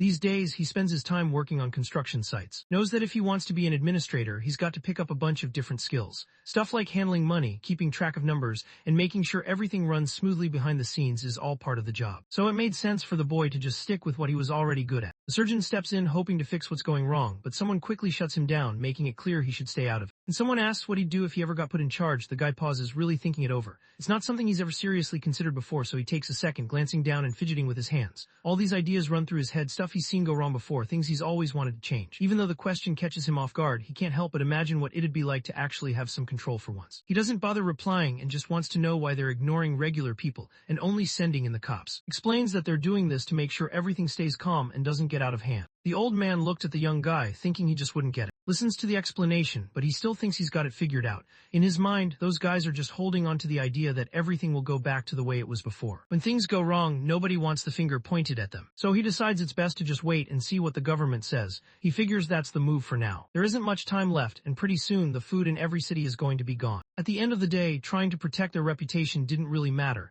since everyone was going to starve eventually. The guy decided he had to show everyone what he could really do. He wanted to earn their trust no matter which side they were on. Deep down, he knew actions spoke louder than words, so he made up his mind to step up and prove himself. He hears the first question and doesn't even hesitate. He steps up, letting everyone know he's got this and will handle things himself instead of leaving it to the police. Lee tries to stop the young guy, thinking he doesn't have to push himself that much, but by now things have already gone too far. He lets the congressman know he's ready to help everyone, as long as he gets the official go-ahead first. Both guys start laughing, totally cool with the offer. People around him noticed how gutsy the young guy was. They thought he really earned the chance to step up and take the spot. The monarch handles the situation right away and moves on. Steps up as the new administrator. It's official now, he's got the title and everyone knows it. There's a bit of pressure that comes with the job, but seems ready to handle whatever comes his way. He thinks that becoming a monarch would make it way easier to find Juno. For him, it's like once he's got that power, tracking her down is just a matter of when, not if. Looks at the boy and just knows he'll do great. He wanted to ask him if there was any way to stop the cold. He nods, ready to take it on. Later on, Jin figured he could finally use the artifact. The protagonist turns it on and realizes the sphere belongs to him now. This thing can teleport people. Out of nowhere, a bunch of purple orbs popped up. The young woman tells him to imagine they're just energy balls. The item would move just like he imagined, but if the boy wanted it to get stronger, he knew he'd have to put in some training. Turns out, using the artifact isn't as easy as just picking it up. You need 2 specific skills to make it work. Imagination was the first thing that came to mind. The second stat, mental resistance, showed how long someone could actually keep using the artifact before it wore them out. The girl can't use her power for very long because it takes a lot out of her. It only takes a few seconds to figure it out, almost like he's done this before. Hui brings up the stuff he's picked up while working as an admin, thinking it's probably a good time to talk about it. His secretarial was there too. A guy walked into the room, holding the list of technicians that the main character had asked for earlier. Told the boy to get everyone together downstairs on the first floor. He started working on a boiler, hoping it would finally get rid of the cold. The main guy heads over to the first floor and pulls out his phone. He dials a number, waiting for someone to pick up. His hand is a little tense, but he keeps his voice steady, focused on the call. When John Keel hears his name, he steps forward and lets everyone know who he is. Curious, he wants to find out what this meeting is supposed to be about. The secretary gestures for the guy to move out of the way, letting him know that the administrator will fill him in later. The technician looked at the young guy and figured he was probably just another dude chasing after power, like so many others who had come before. After checking out who all the guys are, he decides that from now on, they're going to get to work and start building a boiler. So he sorted everyone into groups based on what each person was good at. Looked at the boy, raising an eyebrow, not convinced there was enough gas or power for whatever plan he had in mind. He points out that there aren't really enough radiators in the precinct, so heating the whole place isn't even possible. Explains that they're not trying to warm up the whole building. It was just the regular apartment floors. He managed to do it without having to smash any concrete. He wants to use the pipes from the buildings next door and set up the boiler above ground. The technician explains that they'll still need to heat up some water and get it running through the system. To make that happen, they needed some electricity. The main guy looks around and points out that there's plenty of people around to handle the snow. He figures they can just melt it down and get the water flowing through the pipes, no problem. No matter how many people it takes, everyone has to put in their best effort if they want to stay alive in the freezing cold. The man thinks it over and realizes the plan could actually work. It's not too complicated, he just has to manage the steam the right way. Kept going, making it clear that getting this done wouldn't be possible without every single technician on board. He really needed some help, so it made sense to want to reach out and ask those guys to give him a hand. The secretary lets the boy know he doesn't have to ask for stuff, he can just tell people what he wants done. Turns out the tech guys actually thought of this a while back. The police chief stepped in and stopped it. The guys look at the tricky setup and know it's not going to be easy, but they still jump in to help out. Looking back, the protagonist realizes that building a boiler system was just the beginning.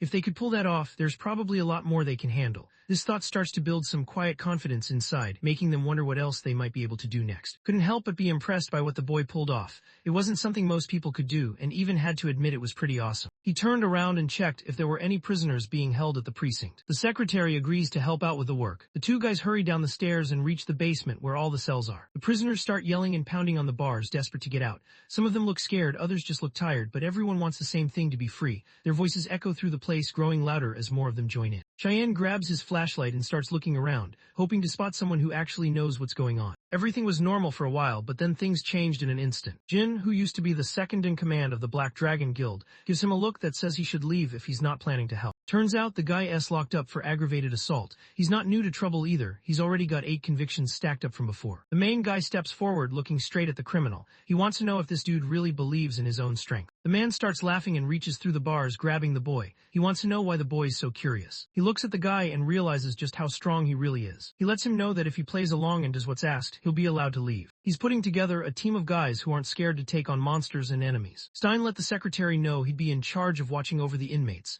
He stepped up, ready to handle whatever came next, making sure everyone knew he wasn't backing down from the responsibility. Troy notices that the boy is acting different now that he's in charge. The power seems to have changed him, and he doesn't want to help out anymore. The main guy doesn't even look fazed. He just shrugs it off, thinking about someone out there who's even tougher than this dude.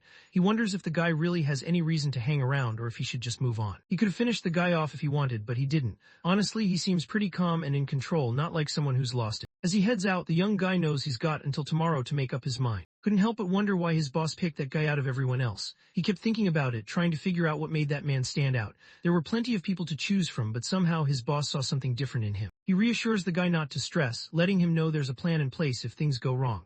Then he shares that he brought the criminal onto his side, thinking he'd need some extra muscle for whatever's coming next. The next day, he goes to the group and says they should send out more scouts. He wants to make sure they don't miss anything important, and everyone can tell he's taking things more seriously than before. As he walked through the different floors, his mind wandered to stories he'd heard about people who didn't make it because of the cold. He realizes time is running out. Every day, the air gets a bit colder. The people in the area started to feel a bit less at ease, almost like something was quietly making them uneasy. It wasn't a huge change, but enough that you could notice folks glancing around more and acting a little tense. The young guy walked over and handed a sheet of paper to the secretary. He wanted the secretary to put together a list of all the people who were available to work. No matter who someone was, old, young, guy or girl, the package would be at their door the very next day. The scene shifts back to the monarch's office. The deputy looked at the young guy, clearly wondering why he was hanging around. He wondered if the guy was really in charge of everything, even the people locked up. The main guy explained his idea to build a boiler and pointed out that some spots needed to be off limits while they worked. He wanted to make sure nothing got messed up during the construction, so keeping people out of those areas just made sense. He realized moving all 4 was way too much to handle alone, so he'd have to get someone to help him out. Gave a small smile looking at the young man. Since this guy had stepped up and taken the blame for everything, let him know he could use the police force to finish what needed to be done. Before heading out, the main guy can't help but pause for a second, thinking about how weird it is that the guys are acting this way. He just sat there, drink in hand, not really doing much else. The next day, pulled up the data he found and laid it out for everyone to see. There are 410 people ready to work. The protagonist turned to John, checking if that number would cut it. He smiled, looking pretty satisfied, like things turned out way better than he expected. The secretary finally gets a chance to sit down and let out a long breath. It's been a busy day, but now he can relax for a moment. He leans back, glad to have a break from all the work. He tells the guy to set up a table that lists all 856 civilians. The idea is to keep track of everyone's status by date and what kind of work they're doing. The workers had to get paid. The main character doesn't pause to hear the guy's answer. He just lets him know he's relying on him and moves on. Outside, Cheyenne gathered everyone to let them know about the new plan for building the boiler. He realizes he'll have to go out and get the stuff he needs. One guy in the crowd wondered why they even needed to pay attention to him, especially since the cops had already promised to handle the situation. Everyone started grumbling, each guy tossing in his own complaints. Explains to the group that they have to do this if they want to survive. He reached over and picked up the bottle of soju he had swiped from the office earlier. He explains that since the drink freezes at 0 degrees, the bottle is going to be solid after just 2 weeks. That's the moment when they'll fall asleep for good, not waking up anymore. He needs as many people as he can get to help out. He thought about his little brother, realizing that he had to keep going for him. Even when things got tough, his brother was the reason he wanted to make it through. He looks around and knows that everyone in the room has their own reason to keep going. The crowd listens to him, and after a moment everyone seems to agree with what he said. The technicians started rounding everyone up so they could begin looking for whoever was missing. Jin notices the boy and can't help but see some of his younger self in him. From that day forward, the group started roaming the city, always on the lookout for pipes. Meanwhile, the other teams, who were all pretty handy with tools, got started on putting the boiler together. A week rolls by, and John decides that 7 days is all he needs to get everything set up. Out of nowhere, a message popped up saying the cold level just went up to level 2. Shows up on the screen and lets everyone know it's 4 degrees below 0 outside. The wind cut through the air, making it feel like minus 30 degrees outside. Everyone needed to watch out and try not to get sick since colds were going around.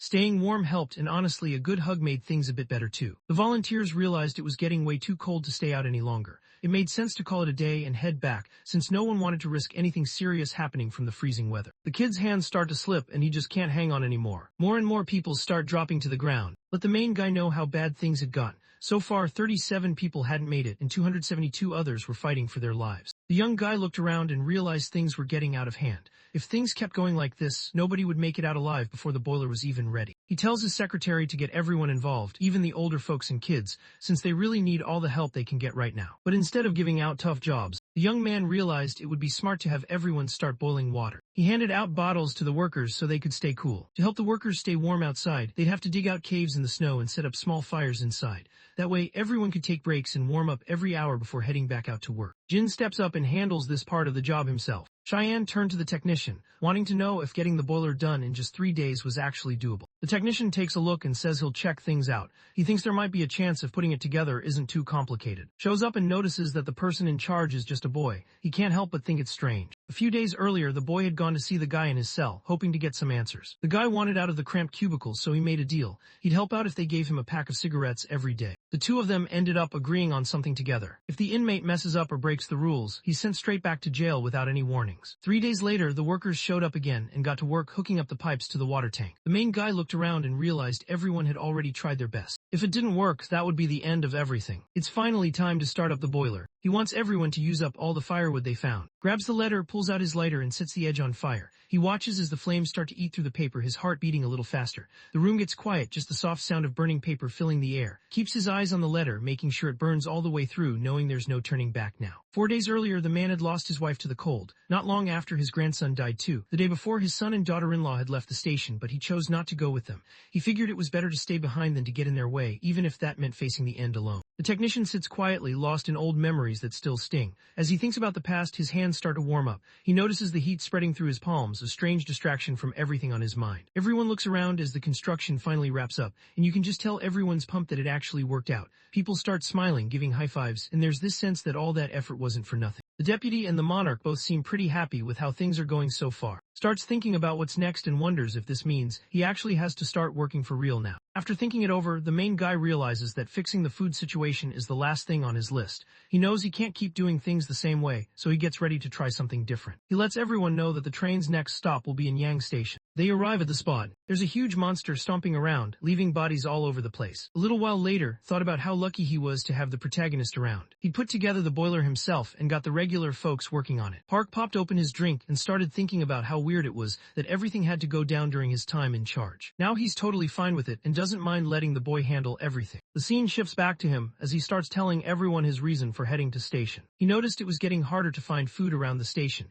and sending out more volunteers wasn't really helping anymore. He wants to keep the monsters and raise them the way people take care of farm animals. People really weren't into the idea, and got ready to pull up some numbers to back himself up. A guy shows up and warns everyone that there's a giant monster hanging around the station. He says it's not safe, so people start second-guessing if they should even go near the place. The main guy actually thinks this is good news. If the creature's that big, it could feed a ton of people, maybe even hundreds. When someone brought up what might happen if they ran into enemies on the road, the young man looked at them, hoping they'd believe in him. He wanted them to go along with his plan, even though it sounded risky. He seemed sure of himself, and all he really wanted was for them to give him a chance. Outside, Ching lets everyone know that clearing the roads isn't going to happen fast. But pretty soon, he realizes that Cyan isn't going along with what he expected. He moved across the tops of buildings, jumping from one roof to another. A woman came up too, looking like she needed some help. He lets everyone know he's not there to look after anyone. He kept telling himself he only came because he wanted to get out of the house, but now he was stuck carrying everyone else's stuff like a pack mule. The man looked around and didn't spot any monsters. He started thinking about grabbing some supplies while everyone else was asleep and just leaving. In the middle of an apocalypse, it just made sense for guys like him to step up and start leading. Turns out his main mission is to track down the guy who used to run his old crew.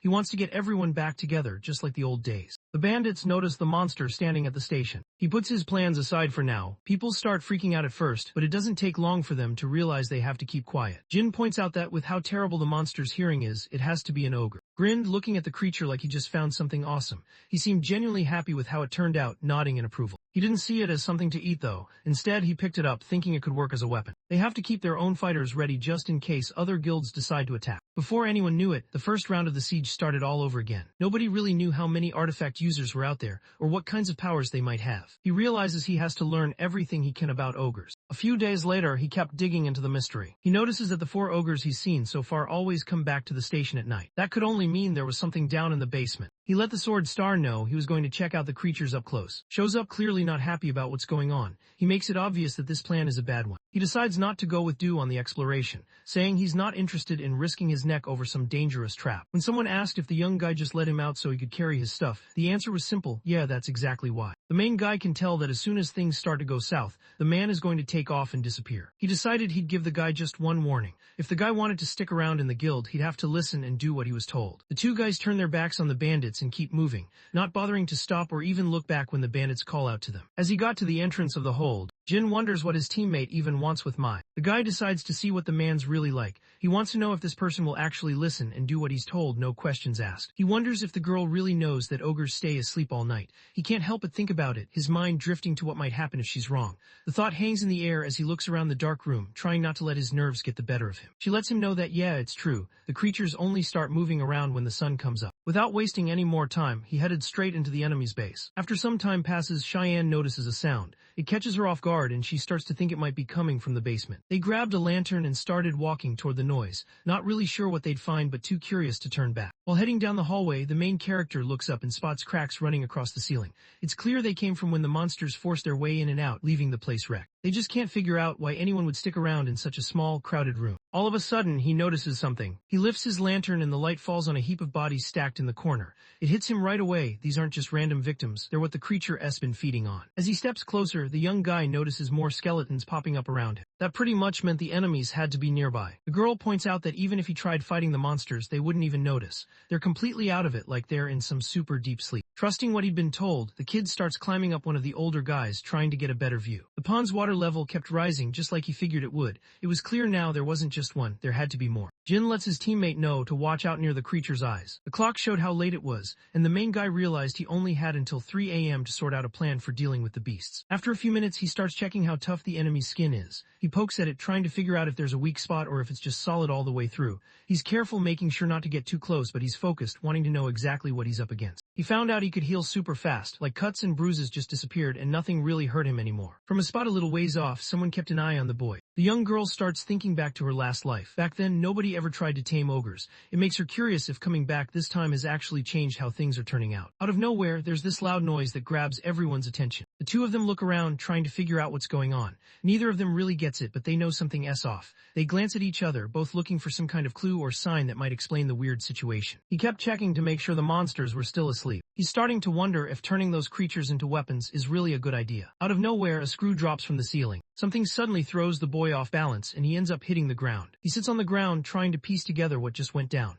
Confused, he looks around, searching for any clue that might explain how he ended up here. He looks straight ahead. He spots right as an ogre swings in to attack him. Reacts fast, slicing off the ogre's hand before it can land the hit. Right in the middle of the fight, the young girl takes a hit and her sword snaps in two. Her arm was clearly messed up, snapped in a few places, which made sense since her body wasn't really normal anymore. When she drops, the main guy freaks out and rushes toward her, his heart pounding as he tries to figure out what just happened. Everything else fades out for a second, and all he can think about is getting to her fast. He soon realizes the creature isn't awake at all. It just shifted around a bit while still sleeping. He realizes the way the car moved wasn't normal, way too fast for just a regular turn. That's when he decides he shouldn't stick around any longer and gets ready to head out. His friend ended up stuck right in the middle of all the enemies. Cheyenne's stomach twists as guilt creeps in. He can't stop thinking about what just happened, and it's weighing on him. Even though he tries to brush it off, it stays in the back of his mind, making him feel uneasy. His hands shook, but he promised himself he'd do whatever it took to help the girl. Once he finally settles down, he grabs Jin and starts making his way back up to the surface. He hoped he could get everything done before the sun came up. Out of choices, the young guy grabs his knife and jams it into the rock, using it to pull himself up. After a while, he just finds himself tagging along behind the girl. The sun slowly creeps up over the horizon, bringing some light to the sky and pushing away the last bit of darkness. He starts to wonder if maybe he should just hide him with the other bodies. But by now, nothing can be changed. Suddenly, the oven's little window lights up, almost like it's looking right at him. The creature stands up and grins. The main guy thinks about and feels bad that he couldn't find him. Luckily for the guy, opened his eyes just in time and managed to stop the monster before it could get any closer. The guy pulls out his phone and calls her, trying to figure out how any of this could even happen. He found out his ally had this skill called Guardian Angel. The only reason it's there is to keep him safe. He noticed people were curious about how she could still move when she was knocked out. It made sense. Most folks would expect her to just stay down. He tried to wrap his head around the fact that he was the one getting everything. At the end of the day, the main guy knows he just has to go for it, even if it means taking a big risk. He pushes everything else out of his mind, focusing on what needs to be done. No backing out now, he's all in. He points at the young woman, making it clear he wants her to keep him safe from the ogres. She listens to him, lifts him up without any trouble, and just takes off into the air. Outside, the main character raises his voice, calling out. They decide they've done enough and it's time to head back to the station. Out of nowhere, a message popped up on the screen, letting him know that the guardian angel couldn't hold on any longer. So his body automatically starts shutting down, getting ready to recharge and heal itself. Just like that, the responsibility finally drops away. After a while, the guy opens his eyes and looks around, confused about where he ended up. He looked around and figured out pretty fast that he was in the station's infirmary. A woman walks over holding a bottle of water in her hand. He explains that brought him and Jin to the station right after spotting a huge flash of light. Didn't waste any time, he just rushed over, not wanting to miss whatever was going down. He wakes up and realizes a whole day has passed while he was out. In the end, both he and the girl would be okay. He thinks back to the guardian angel's power, wondering what kind of king he might have been before this life. He somehow managed to make someone look after him, even though he was completely out cold. When the young man stepped out of the room, he found a group of people waiting for him. They looked pretty relieved and happy to see he was doing better, giving him friendly nods and some small smiles. It was clear they'd been hoping for some good news, and seeing him up and about seemed to make their day a little brighter. They watched him fall from the sky and couldn't help but worry. Their hearts raced as they wondered if he'd be okay, hoping he'd land safely. The main guy mumbles a quick thanks, clearly uncomfortable with all the attention. He's not really sure how to handle situations like this, and it shows. Showed up out of nowhere looking a bit uneasy. He let everyone know that his boss wanted to show them something important, so he had to cut in. Outside, a weird-looking creature moves through the street, its body covered with pieces of uniforms and gear from missing cops. Looked at the situation, his curiosity turning serious. He saw what was happening and realized this wasn't just some random mess. It was basically someone picking a fight and going against everything that was right. His hands shook as he held the note from. This note says the gift is to thank the police for everything they've done. According to Thinking Science, it turns out the group actually managed to tame a monster. That means they've got a plan and they're getting ready to take down the other guilds. He turned around and told the secretary to set up a meeting with the chief as soon as possible. The monarch raised his voice, making it clear he wanted his soldiers to put together a team and go after the troublemakers from. The guy walks up trying to keep things cool. He lets the man know it's not worth reacting to what the enemy is trying to pull. He barely gets a word out before the chief cuts him off. The chief doesn't want to hear any excuses, just tells him to be quiet and do what he's told. Park stood his ground, determined not to let the bandits get away with what they'd done. No matter how messed up the world had become, he wasn't about to let things slide. The main guy realizes the man isn't as smart as he expected. Somewhere else, two people noticed smoke curling up from a chimney. They looked pretty pumped, thinking someone had to be home. From his spot high above the station, kept an eye on the scene below. He noticed how the enemy guild moved and guessed they probably had a lot of artifact users on their side. One wrong move and everyone could end up dead. Walks over, looking at the young guy and waiting to find out what he's supposed to do next. He realized that heading out by himself wasn't exactly simple. After thinking it over, he ended up going with the offer he made earlier. The main guy was looking for someone who'd listen and just follow his lead, no questions asked. He needed someone he could count on to just go with his plan, no or hesitation. The thug flashes a grin, trying to look confident. He wants a shot to prove that he can actually do the job well. The guy actually likes it when people call him boss. He acts like he's got everything under control and even hints that he's planning to give someone a mission soon. The scene shifts over to the area where the second guild of hangs out. Looked at the leaf and thought it was really cool. She likes it because she can do whatever she wants and nobody questions her. For her, it's all about having the freedom to make her own choices. Next, the woman makes it clear she's not messing around. She's ready to take out anyone who gets in her way. She lets everyone know that once she's finished taking control of, she's got even bigger plans. She heads straight for the station. A few days went by and people started getting impatient. Everyone was talking about how long the call was taking and some were even starting to get a bit annoyed. It was all over social media, with folks sharing their thoughts and joking around about the wait. Park suddenly shows up, raising his voice to get everyone's attention. He looks like he's got something important to share. He tells everyone what went down and makes it clear that they have to do something about the troublemakers from. The officers try their best, but things are getting out of hand. There's only so much they can handle and it's starting to show. He starts thinking about putting together a police force made of regular people. An old man shivering from the cold suddenly collapsed onto the ground. His granddaughter steps in, doing her best to support him. He tries to keep moving forward, but an officer steps in and blocks his way. Nobody was allowed to go in until the chief was done talking. The king kept raising his voice, trying to rally everyone around him so they could all stand together and show just how strong Koreans could be. Everyone hears the news, and it's clear no one's happy about it. The man couldn't help but wonder why nobody was stepping up, even though he was offering food and a place to stay. It just didn't make sense to him. He said there wasn't any other way, made an announcement that left everyone with no choice but to get involved in his plan. Whether they wanted to or not, people now had to follow his orders and help him out. He lets everyone know that if they don't follow the rules, they'll end up in jail. In the middle of all the craziness, realizes the monarch probably won't go after right away. John walked up, wanting to know what made the police chief lose it so fast. He wondered to himself if there was any chance to talk things out with the other side instead of jumping straight into a fight. The main guy gets asked if he wants to be the monarch, but he just turns it down right away. So at this point, it just seemed easier for everyone to trust the chief. He figured there had to be a reason behind it. The next day, a bunch of people were out in the cold, looking pretty annoyed about having to do training in this kind of weather. Most of them had their arms crossed or hands shoved deep in their pockets, clearly wishing they were somewhere warmer. Even though they tried to tough it out, you could tell no one was happy about being dragged outside for this. Park kept sulking, clearly annoyed. He wasn't messing around when it came to war training, he knew how serious it was. From that day on, the civil police force became part of the scout teams. Stood there not really sure if this plan would actually work. He kept thinking about it, doubting if things would go the way he hoped. He figures whatever was in that letter must mess with the chief's head. He remembers name and figures the two of them must have gotten into a fight. Now he thinks everyone else is going to have to deal with the fallout. Luckily, Cheyenne looks like he's got an idea. He starts talking about building a bridge, and everyone can tell he's already thinking through how to make it work. Everyone just wants to get to their station without any trouble. In the office, wondered if going to war might be taking things too far. He thinks the king should at least given him a heads up before dragging in people who weren't ready for what was coming. The guy isn't really paying attention to the old man. Instead, his eyes are locked on the woman handing out drinks. He grinned, letting everyone know he didn't come alone, he'd brought backup. He pushed his glass a little closer to the young woman, hoping she'd pour him another drink. The deputy lets everyone know they can call in special forces to make the whole operation official. Looked over, almost like he was checking if the message had gotten through. It was pretty clear he wondered if the other guy was still confused about what was going on. The world was falling apart, and he made it clear that he had just let the other guy take charge for a while. He figured that if things ever went back to how they used to be, even though that's probably not happening, the move would be to use his king's status to his advantage. The police chief lights a cigarette and stands there, his mind replaying the talk he had with Cheyenne. He can't help but run through every detail, trying to figure out what he missed or what it all really meant. The smoke curls around him as he stares off, lost in his thoughts about everything that was said. The young man let everyone know that he was trying to figure out how to handle the ogres living at the station. They want to turn the creatures into weapons to use in battle. When he found out they needed more people for the job, he paused for a second, thinking about what it might mean for him. He glanced around, noticing a few others were starting to catch on too.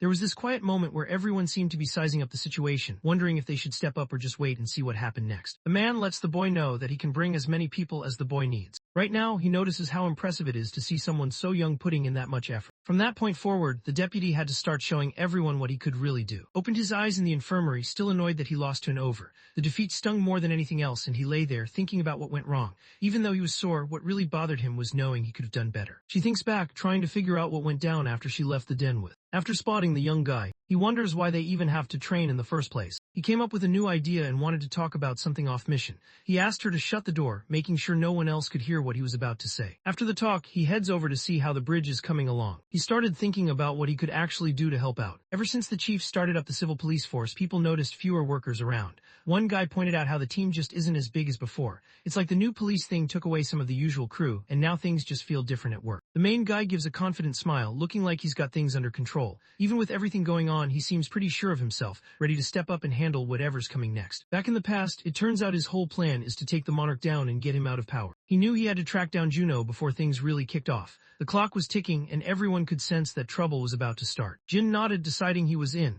He wanted to know what to do next, so he waited for someone to lay out the plan. He tries to explain that they can't just kick Park out right away. The man pretty much calls the shots for everyone who made it through the first round. It was clear that people needed to stop trusting him. Everyone had to see that with him in charge, nobody could really feel safe. While all this was going on, the young guy started working on his own plans. He wanted to get more people on his side, especially those who weren't happy with how things were. Step by step, he tried to bring these people together, hoping they'd eventually stand with him. Turns out, is the one who's going to handle the last part. While all this was going on, the Sword Star stayed close, watching out for the main guy. He made sure nothing messed with him and even gave him a hand during those tough ogre training sessions. Once the guys have enough people backing them up, they're planning to go on strike. For now, though, they have to keep things low-key so the chief doesn't catch on. Back in the present, looks around and can't help but notice how cool everything seems. He's quietly impressed, taking it all in and just thinking to himself how far things have come. The boy always has something on his mind, planning his next move before anyone else even thinks about it. At the office, sat down with and talked about why he needed more people on his team. He laid out the reasons, wanting to understand that the workload was getting too heavy and that having more guys would help get things done faster and better. They said building the road to the station would go faster, and the ogre training would speed up too. The man let out a laugh, clearly impressed with the boy. He nodded, looking like he actually meant it, and decided to give the boy exactly what he wanted. Walks into the room and cuts off the conversation. The main guy realized he finally figured out what happened to the deputy. As he walked past the old man, the guy wondered if he was just going to ignore him, like he wasn't even there. Checks out the deputy, trying to figure out what's going on with him. The monarch just waves it off, making it clear the boy doesn't have to stress about any of that stuff. Couldn't believe how easily everyone ignored him. He always thought people would notice if he spoke up, but now it felt like he was invisible. He looks over at the young woman nearby and tells her to get him a drink. He wanted to know what the whole training ogres thing was about. The monarch didn't bother to answer. Instead, he made it clear that the real thing to focus on was proving if he could actually be useful. The old man got to his feet, letting everyone know he understood what just happened. Still, it was clear from his face that the embarrassment stuck with him. He wasn't going to let that moment slip from his memory anytime soon. The policeman stands there lost in thought. He can't figure out why his old teammate still acts like he's in control. It doesn't make sense to him. Things have clearly changed, but the guy just won't let it go. He decides it's finally time to kick him out. He looks over at, focusing on what he's about to do next. He wonders if the young woman is feeling alone. She turns him down, but the guy won't take no for an answer. He tells her to stick around and talk, even though it's obvious she's not going to enjoy where this is headed. The scene shifts back to the bridge being built. Workers move around, carrying heavy beams and tools, focused on getting everything in place.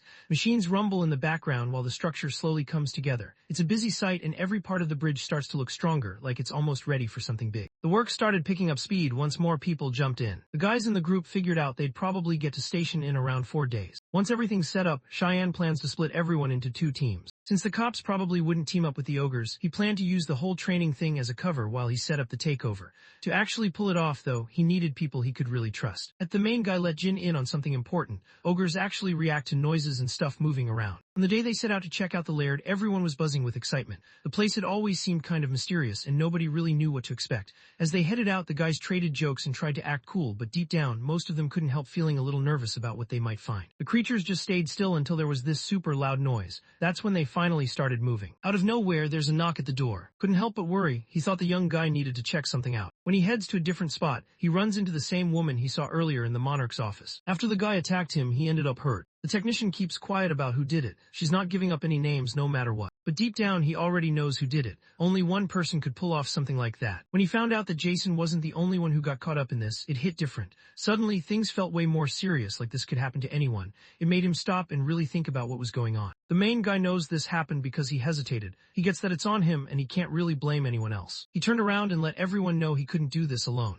If this plan was going to work, he'd need everybody there to pitch in. After a few more days, the bridges are finally finished. The story moves over to station. 2 guys are sprinting as fast as they can, pushing themselves hard. Their faces show how serious things are, like something big is chasing them or they're trying to get away from serious trouble. Their breaths come out in sharp bursts, and you can tell they aren't stopping for anything. The over is standing just a few steps behind the 2 guys. The 2 guys kept running, only slowing down when they finally reached a spot marked by a red cloth. They didn't even think about stopping until they saw it. They turn around and notice the creature isn't looking at them anymore. It's kind of wild, and now everyone's curious about how Even figured that out. The young man soon realized the monsters didn't like anyone coming near their space. They grabbed some tape and started sticking it on spots where nobody had ever seen them before. Java stood on the edge of the rooftop, looking down at the guys below. He took a deep breath, getting himself ready to make his move and mess with the enemies waiting down there. As she gets ready to strike, her mind races with different ideas and plans. She knows she has to push herself if she wants to get back to her old self fast. When she gets hurt again, her friend's safety is on the line. Turns out, don't mess around when it comes to their turf. If anyone steps into their space, they just go after them, no hesitation. In their world, everything revolves around who's the strongest. The one at the top calls the shots and everyone else falls in line. The fight finally died down, leaving everyone catching their breath. She comes out on top. She let him know she aimed for the nerves on purpose, just to make it hurt as much as she wanted. Walks along holding a bucket packed with sharp glass pieces. He decides he'll wait until the enemy falls asleep before sneaking over to put the items on them. When the sun finally comes up, the broken pieces start to catch the light and glimmer. They handled everything that was left. Now he could finally test out his idea about smells being drawn to certain sounds. The sword star nods along, not arguing with any of it.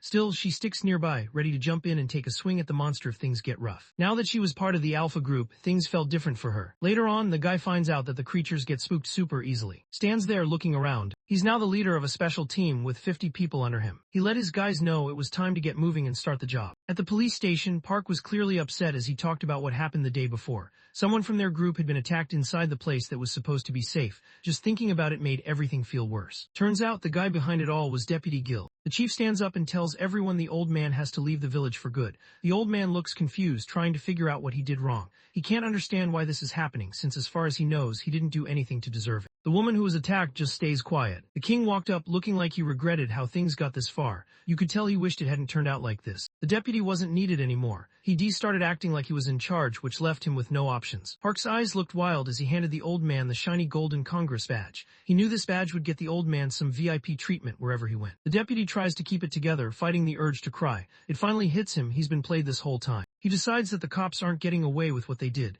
In his mind, he's already making plans to get back at them, not letting any of this slide. Suddenly, as he walked through the snow, he paused for a second. The cold air stung his face and his boots crunched with every step. Something made him stop and look around, like he sensed something was off. Snowflakes kept falling around him, but he just stood there trying to figure out what was going on. He catches a sound nearby. Because of the necklace he was wearing, suddenly went after him, hitting hard and not holding back at all. Wrapped up the meeting and signaled for everyone to get back to their jobs. The room started to clear out as people headed back to their usual routines, leaving standing there, ready to move on with the rest of his day. Two guys were quietly talking about what was going on when a police officer suddenly showed up and cut them off. Someone steps in and signals for them to cut the chatter. Not far off, the main guy wonders if can twist what's happening to split the police from the crowd. The criminal just stands there with a small smile, not really stirring things up. In his head, though, he gets it. If he wants to get what he wants, he's got to quietly make these people turn on each other without drawing too much attention. He decides to mess with things just enough so no one catches on. The next morning, an officer rushed into the chief's office. Something serious was going on, and he didn't waste any time. The monarch gets ready, pulling on his outfit like it's just another part of his routine.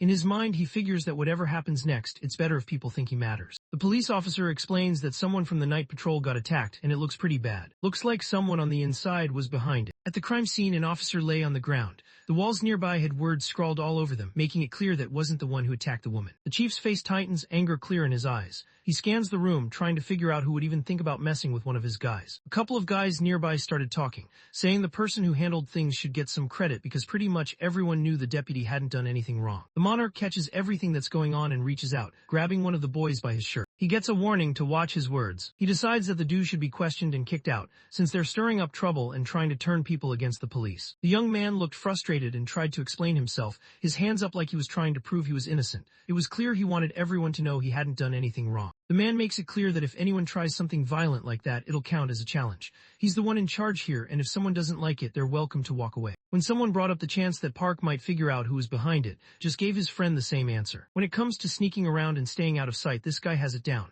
Moving in the dark is just what he does, so there's no need to worry about him getting caught. So all they really want is for things to stay the same. Ogre was caught and couldn't move much, twisting around as he tried to get free. But then things take a turn when he suddenly hears Siam making noise with 2 iron bars. He thought back to the noise he'd heard at the station earlier. The young man realizes he's going to need something that can make really strong vibrations. When the creature hears the sound, it twitches like it's on high alert. Everyone can tell it's noticed something, and for a second nobody wants to move. It's clear the thing isn't just wandering around, it's actually paying attention to what's happening. It gets its favorite food as a reward. Right as it's about to eat, Jin swings and lands a solid hit. Everything goes back to how it started, and the same thing happens all over again. The boy was pumped up, thinking about how much of a boost he'd get if this training actually paid off. He couldn't help but imagine the edge he'd have over everyone else. Out of nowhere, a notification popped up saying that this den dungeon was now open. The creature's territory opened up, revealing a new area that nobody had seen before. The guys looked around, taking in the strange landscape, not sure what they might run into next. Something about this place made everyone pay attention, like they were stepping into a level they hadn't played yet. It was clear this was just the beginning. There was no telling what kind of stuff could be waiting inside. This means the boy can check out more places than before. The mission to save the precinct was finally done.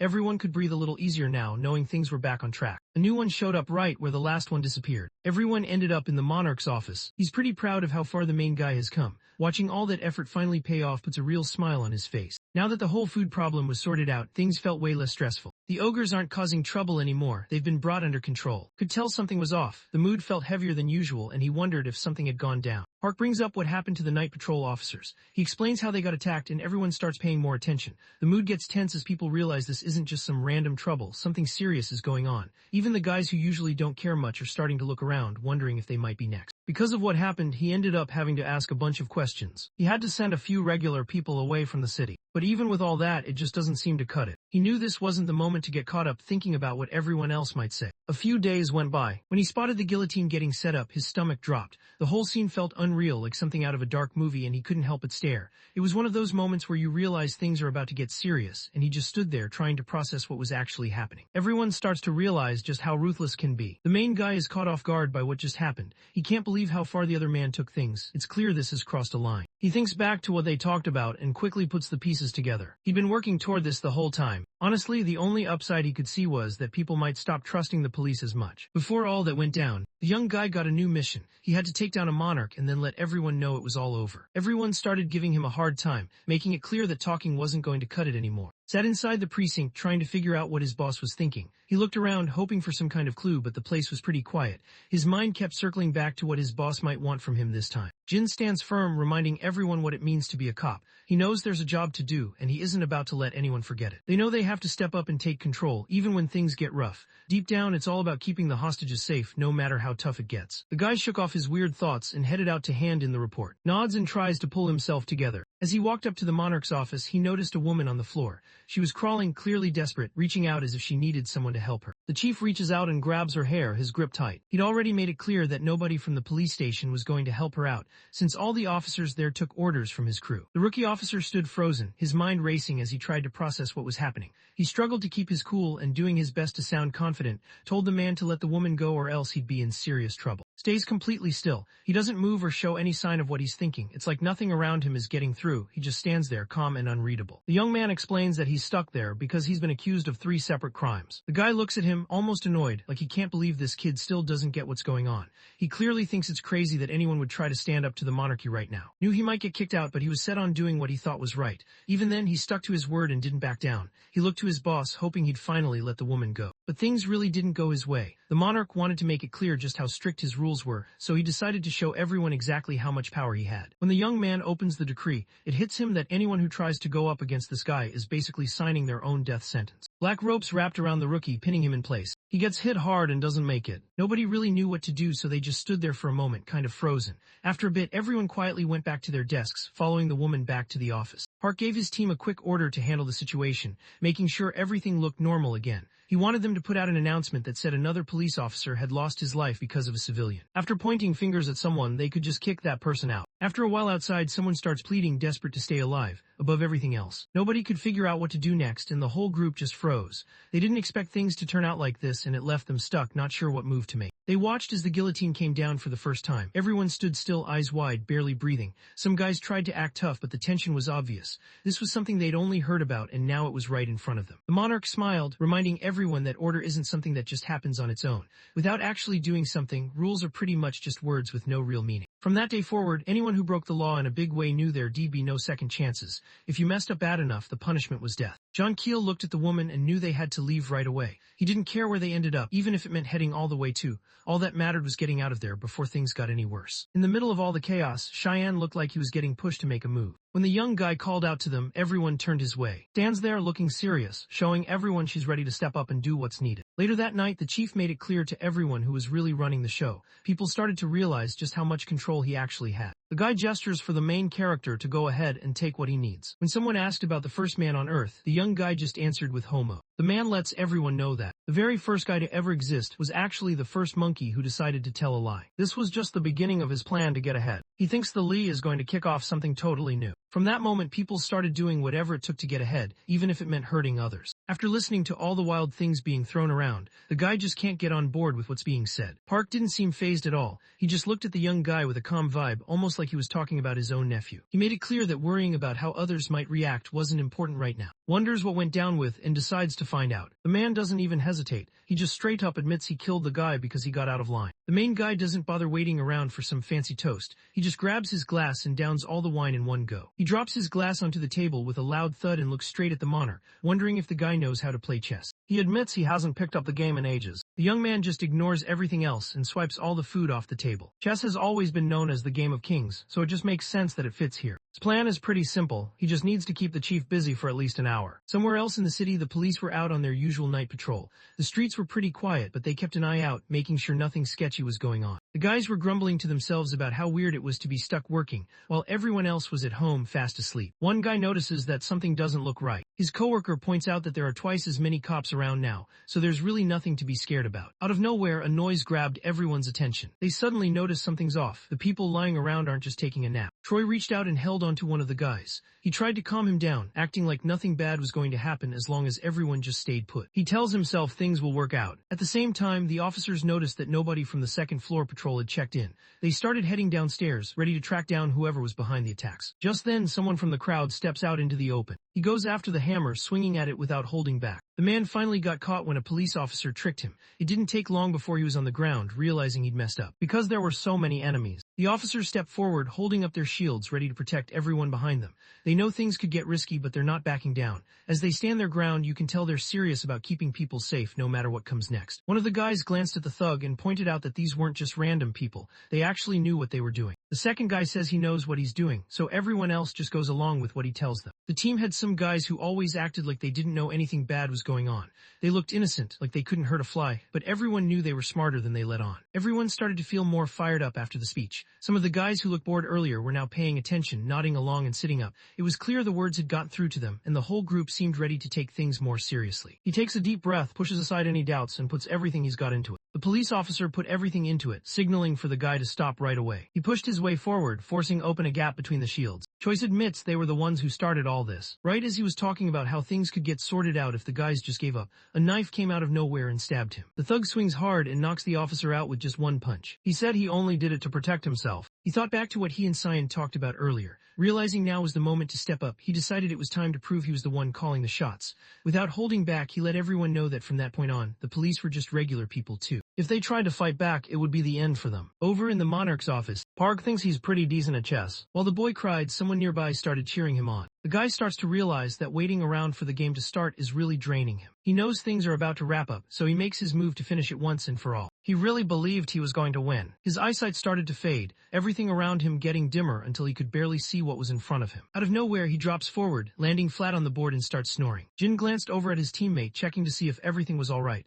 His friend gave a quick nod, letting Jin know he was fine. The next thing they had to do was tie up. The quiet office suddenly turned chaotic when the police stormed in. They didn't waste any time rushing through the doors and making it clear that something big was happening outside. The news spread fast, people out there were getting loud and things were heating up. Everyone inside just froze, trying to make sense of what was going on, some of them glancing at their phones, hoping for any updates. They walk in and see, in the middle of tying up the chief. The protagonist doesn't waste any time and lays it out clearly. Everyone there has to pick a side about him being the monarch. Some of the guys started leaning toward Park's side. A few minutes went by in total silence. Everyone gives up. Cass watched everything unfold from another world, finding it all pretty interesting. Administrator G walks over to the group and starts talking. Nothing much was going on in the area she was supposed to watch over. Because of that, she already knew her bosses would find something to complain about. The administrator turned around and let everyone know things were okay. The guys all knew this was typical for their boss. He always acted this way, so nobody was really surprised. The day after the coup, everyone realized the main character still had two important things left to handle. The first thing that needed to be done was sorting things out inside the police force.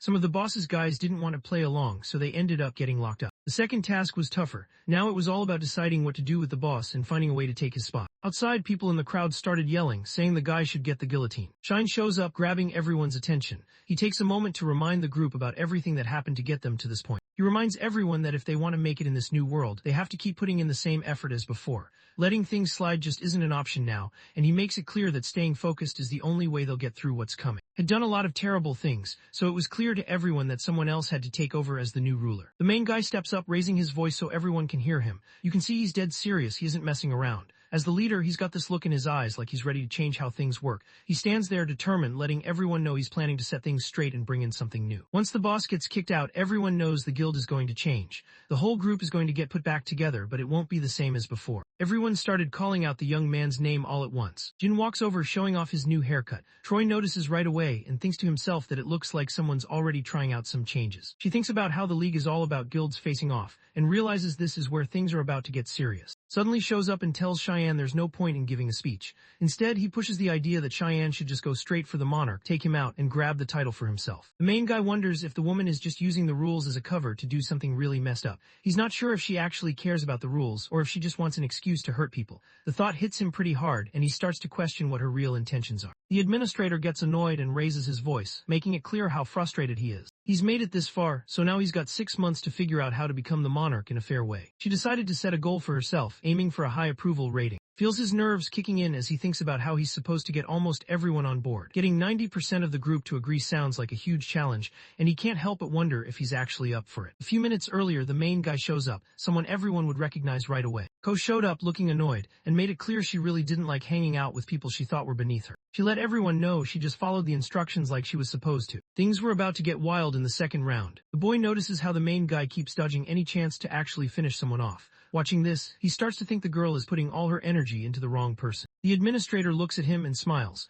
already thinking about how she'll have to show everyone that this guy really has what it takes to be a king. Right now, stepped up as the new leader, and everyone already seems to know his name. He's getting a lot of attention, and people are starting to look to him for what to do next. The main guy looks at the messages on his phone, trying to figure out what they actually mean. He stares at the screen for a second, hoping something will click, but he's still confused. The administrator makes it clear she's not going to answer unless he explains why Park is still alive. The young guy had nothing going on, so he made it clear that taking someone out just wasn't for him. He figured the other man might still have some use, so he decided to leave things as they were. Somewhere else gets John Woo as a present. There's a letter that comes with it too. The woman smiled warmly at the boy, seeing him as more than just a kid. In her eyes, he was already a man. She decided to give some space for the time being. She wanted to see what the new monarch was like before making any moves. For now, she'd just wait and watch, trying to figure out if this newcomer could actually be a decent match for her. 6 months later, the city was back on its feet. Buildings stood tall again, streets were busy, and people got on with their lives like they always did. It almost felt like things were normal, even though everyone remembered what happened before. Business in the area is doing really well. Shops are busy, and people seem excited to be out and about, spending money and checking out what's new.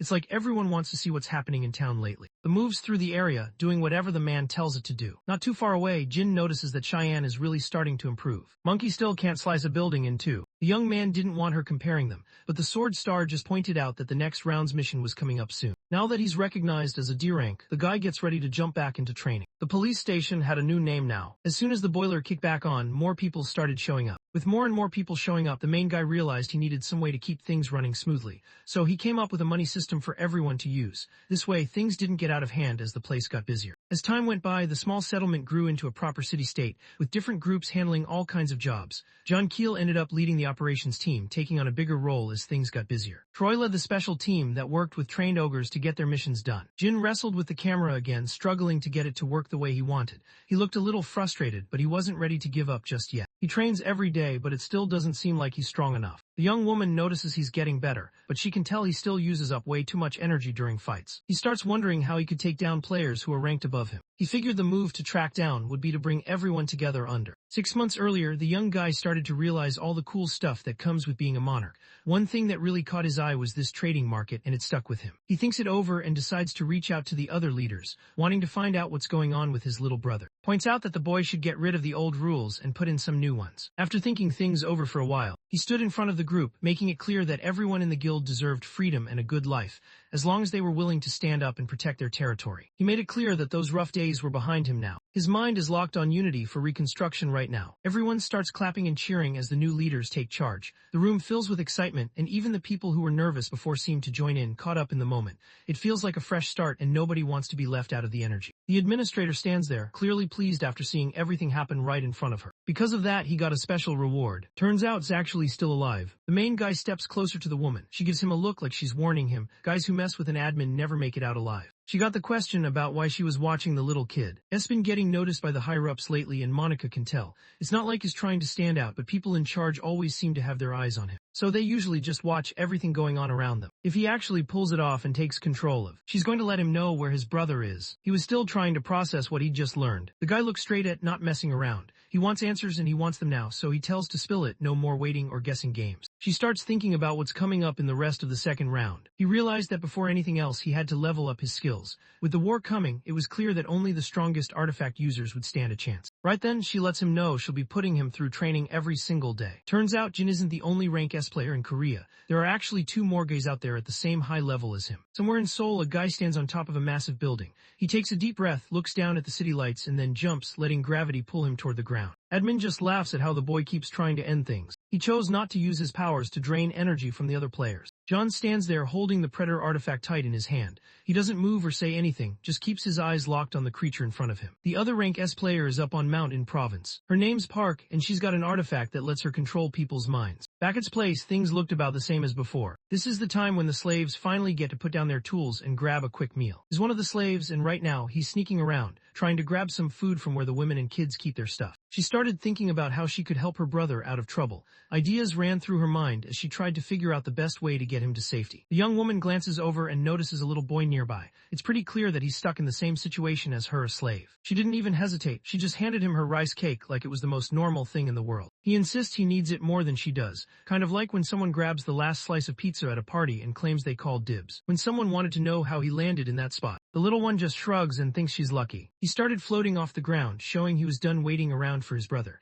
He'd made up his mind to leave, but before taking off, he decided it was time to deal with all the people he saw as trouble. She isn't on that list, so she gets to go with him. Turns out, isn't just alive, he's actually a Rankus player. On top of that, he's got some weird artifact that nobody really knows about. Somewhere else, a guy wandered around, scanning the area for a spot to take a break. He looked a little tired, just wanting to sit down for a minute and catch his breath. Everybody knows is run by its queen, and lately, the guild has been moving in on its turf. He can't help but think about how the group next door has managed to stick around for so long. It seems weird, considering how close they all are. The stranger couldn't shake off his curiosity, so he ended up heading over too. He hurries over to the border control center, not wasting any time. She notices that everyone around seems pretty upbeat, like they're in good spirits. It kind of catches her off guard, seeing how positive the people are. At the counter, she let them know she was a nomad and wanted to stay for a few days. Ha, who runs border control, lets everyone know that the young woman has to cover the cost for however long she stays. The little kid was busy chatting with two teenagers, trying to figure out where some papers had gone. The nomad thinks to himself that she's pretty smart. Turns out the director really does have the memory palace ability. She turned back to the girl, who explained that nobody puts up with fighting here, and if you want anything you need lighters.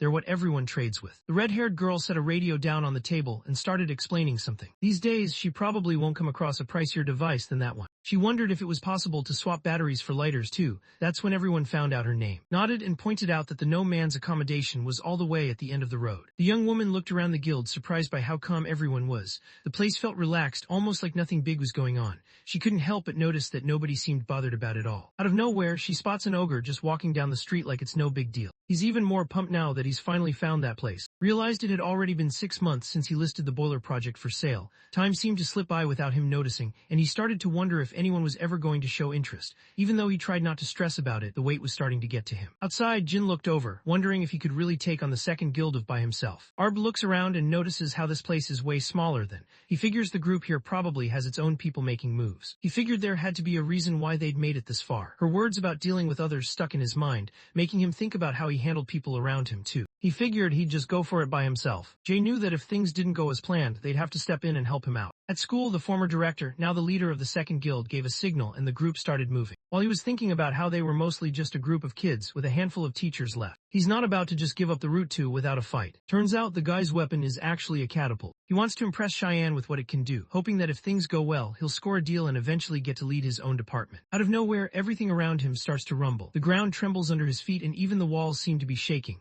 It's like the whole place is caught in an earthquake, making his heart race as he tries to figure out what's going on. When the main guy showed up, he picked out an ogre costume for the party. The king looks out over the battlefield and signals his soldiers. They know what he wants and a few of them hurry over to the massive catapult nearby. They start getting it ready, moving fast and staying focused because they know this could be the moment that turns everything around. They try not to let the creature's size get to them. 1 second the guy was standing there and the next, he got hit and dropped to the ground. He grabs the bell and gives it a ring, catching everyone's attention in the room. An ogre was getting ready to go after the guild's weapon. He makes it clear he isn't planning to hurt anybody. He was just bringing them in because he felt bad. The survivors didn't even hesitate, they just gave up right away. They always dreamed about living in. The main character signals Troy, making it clear he should look after everyone else and get them somewhere safe. Troy gets the message and starts rounding people up, making sure they all stick together as they head out of danger. The bandit, clearly pumped up, pats Jin on the back like they're already teammates. He can't help but notice those moments when he pushes things too far. Walked over to the girl, his mind racing. He couldn't shake the thought that maybe it was just the two of them who could use artifacts. That idea bugged him, making him a little uneasy as he tried to figure out what this meant for both of them. The girl tells him she'll try to figure something out, but he can tell she's worried. He knows he doesn't have much time left and the pressure is starting to get to him. Over by the edge of the river, 4 people tried to cross, knowing it was dangerous. The water moved fast and the riverbank was muddy, but they kept going, careful with every step. Each of them watched the current and stuck close together, hoping nobody would slip or get swept away. Crossing this river wasn't something people did for fun. These 4 had a reason to risk it. The young guy moved carefully, his friend hanging onto his back. He kept going, hoping his friend could stay with him a bit longer. Everyone finds out that the river is the main river running through the town. The river is the only place where people can get drinking water, and it's also the line that separates from. Lately, more people have been getting jumped by enemy forces when they go out to get water. Back in the boys' room, brings up the idea of handling the opponents by himself. The young man stands firm, thinking that doing this would just end up starting a war. This was a problem because he had way more resources, like 5 times as much. Still, he decides it's finally time to make his move and grab everyone's attention, almost like he's trying to bring the whole place together. At some point, he knew he would have to face Dong. He wanted to do something about the stuff that had been happening lately, so he got ready to respond. The main guy suddenly thinks about the catapult. It pops into his head, and he can't help but picture how it worked and all the times he messed around with it before. He lets them know he has to meet the leader of the third guild. They headed out to the vassal state. The leader of the third guild handed over the last bit of food he had to Cyan, not even hesitating. Even though he didn't have much left for himself, he still chose to help out. The man wanted to know if there was any news about the merger between the guild and Man. The main guy thought about it and realized agreements only really work if both sides actually trust each other. If there's no trust, none of it matters. His guild was way too far from, so sending help wasn't really an option. Getting any troops over there to protect them would be tough. He started thinking about how he could make things work out for everyone. He was basically starting a war with the third guild. The monarch stands there trembling, looking desperate. He really wants the young man to change his mind, hoping that if he does, things might turn out better. Deep down, the monarch is trying to prove that he's loyal, almost like he's pleading for a second chance. He says he doesn't actually want a war, he's just interested in all the talk going around about it. If he decides to help out, he's about to get some backup soldiers and catapults on his side, when it's all said and done. If everything works out, the river will belong to them. Now there's a chance to get even better rewards from Don Hack. They end up deep in enemy territory. Everything looks different and tense, making it clear they're not supposed to be there. The group moves carefully, always checking over their shoulders, trying not to draw any attention. Every small sound puts them on edge, and they can't shake the sense that trouble could show up at any second. Was rushed to the emergency room after getting hit by an arrow. The whole scene was intense, everyone around him moved fast, trying to help. The vibe was tense and nobody knew how bad it was yet. She remembered how she used to think the fight would be over fast. Back then, it seemed like something that wouldn't last long, but now it was obvious things didn't go as she had hoped. She yanked the arrow out and made it clear in her own way that nobody in the guild was safe from her. Her eyes said it all, she wasn't messing around. Anyone connected to the guild had just become her target. Right then, word gets around that the first and second guilds are at war. Over in the Bison district, things were starting to heat up. Starts to understand that all those stories he heard about no man's land weren't just rumors after all. He and Jin showed up at the shopping center, ready for the first round to start. Turns out this whole district is actually run by Don Hack. In reality, the place works like a middle ground between and. Because it's such an independent place, not many guys end up moving there. The place got bigger over time, mostly because people could gamble there and do a couple of other things that weren't exactly good. On top of all that, there's this woman everyone calls Madam who's in charge of everything. Even though he's the king now, everyone still looks at him as their leader. The woman showed up with a quick smile, making it clear she got there as fast as she could. He's honestly pretty excited to finally meet the monarch of. The main guy doesn't waste time. He goes right in and lets everyone know he wants to make a deal. He thought back to how he used to avoid anything to do with politics. Now though, he realized he couldn't stay out of it anymore. He knew that cigarettes were pretty much the main way people traded for stuff around here, so he told to make sure they had plenty on hand. Whenever he had to, he'd set 10 packs of cigarettes down in front of Madame. He made it clear this was only the beginning. When the war is about to start, he tells the woman to keep everything about Man a secret from Dong. He wants to make sure Dong doesn't find out anything, trusting that the woman will stay quiet when things get serious. He just needed to set up a meeting with for the guy. Whenever someone wanted to know his reason for doing all this, he thinks she's going to figure it out pretty soon. The leader grabs the cigarettes and nods, letting everyone know she'll handle what she was asked to do.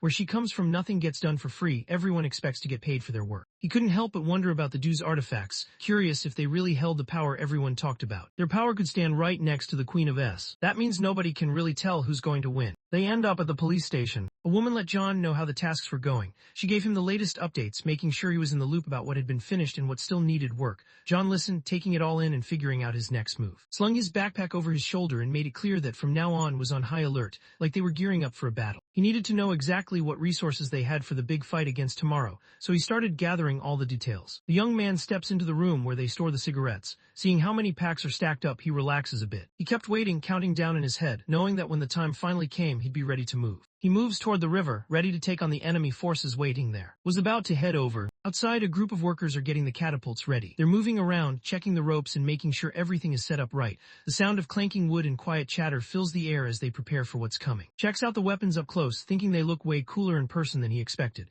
He glances over at the teacher, wanting to know if everything's actually set for the attack. The guy who used to teach math nodded, letting everyone know he'd worked out all the numbers. He clutches the bottle filled with oil and Nepenthe stems, letting out a breath when he realizes it was only a false alarm. The bandit tries to calm the young guy down, saying there's nothing to stress about, and explains that this whole thing is only a test. It was nighttime in territory close to the river. Archer gets a weird vibe about the whole situation. Something just doesn't sit right with him. Man didn't say anything. Everyone noticed how quiet he got and the whole mood changed. No one really knew what he was thinking, but his silence made things a bit tense. People started glancing at each other, waiting to see what would happen next. Out of nowhere, the two guards notice something that pulls their focus. There are a bunch of small, bright lights heading their way. They take a closer look and spot bottles filled with liquid, each stuffed with a rag at the top. It hits them, these are actually Molotov cocktails. But he was already out of time. Flames start moving fast, catching on to everything around them. The guards looked around, trying to figure out how the enemies managed to toss those bottles such a long way. It didn't add up, nobody thought the other side could pull off a move like that.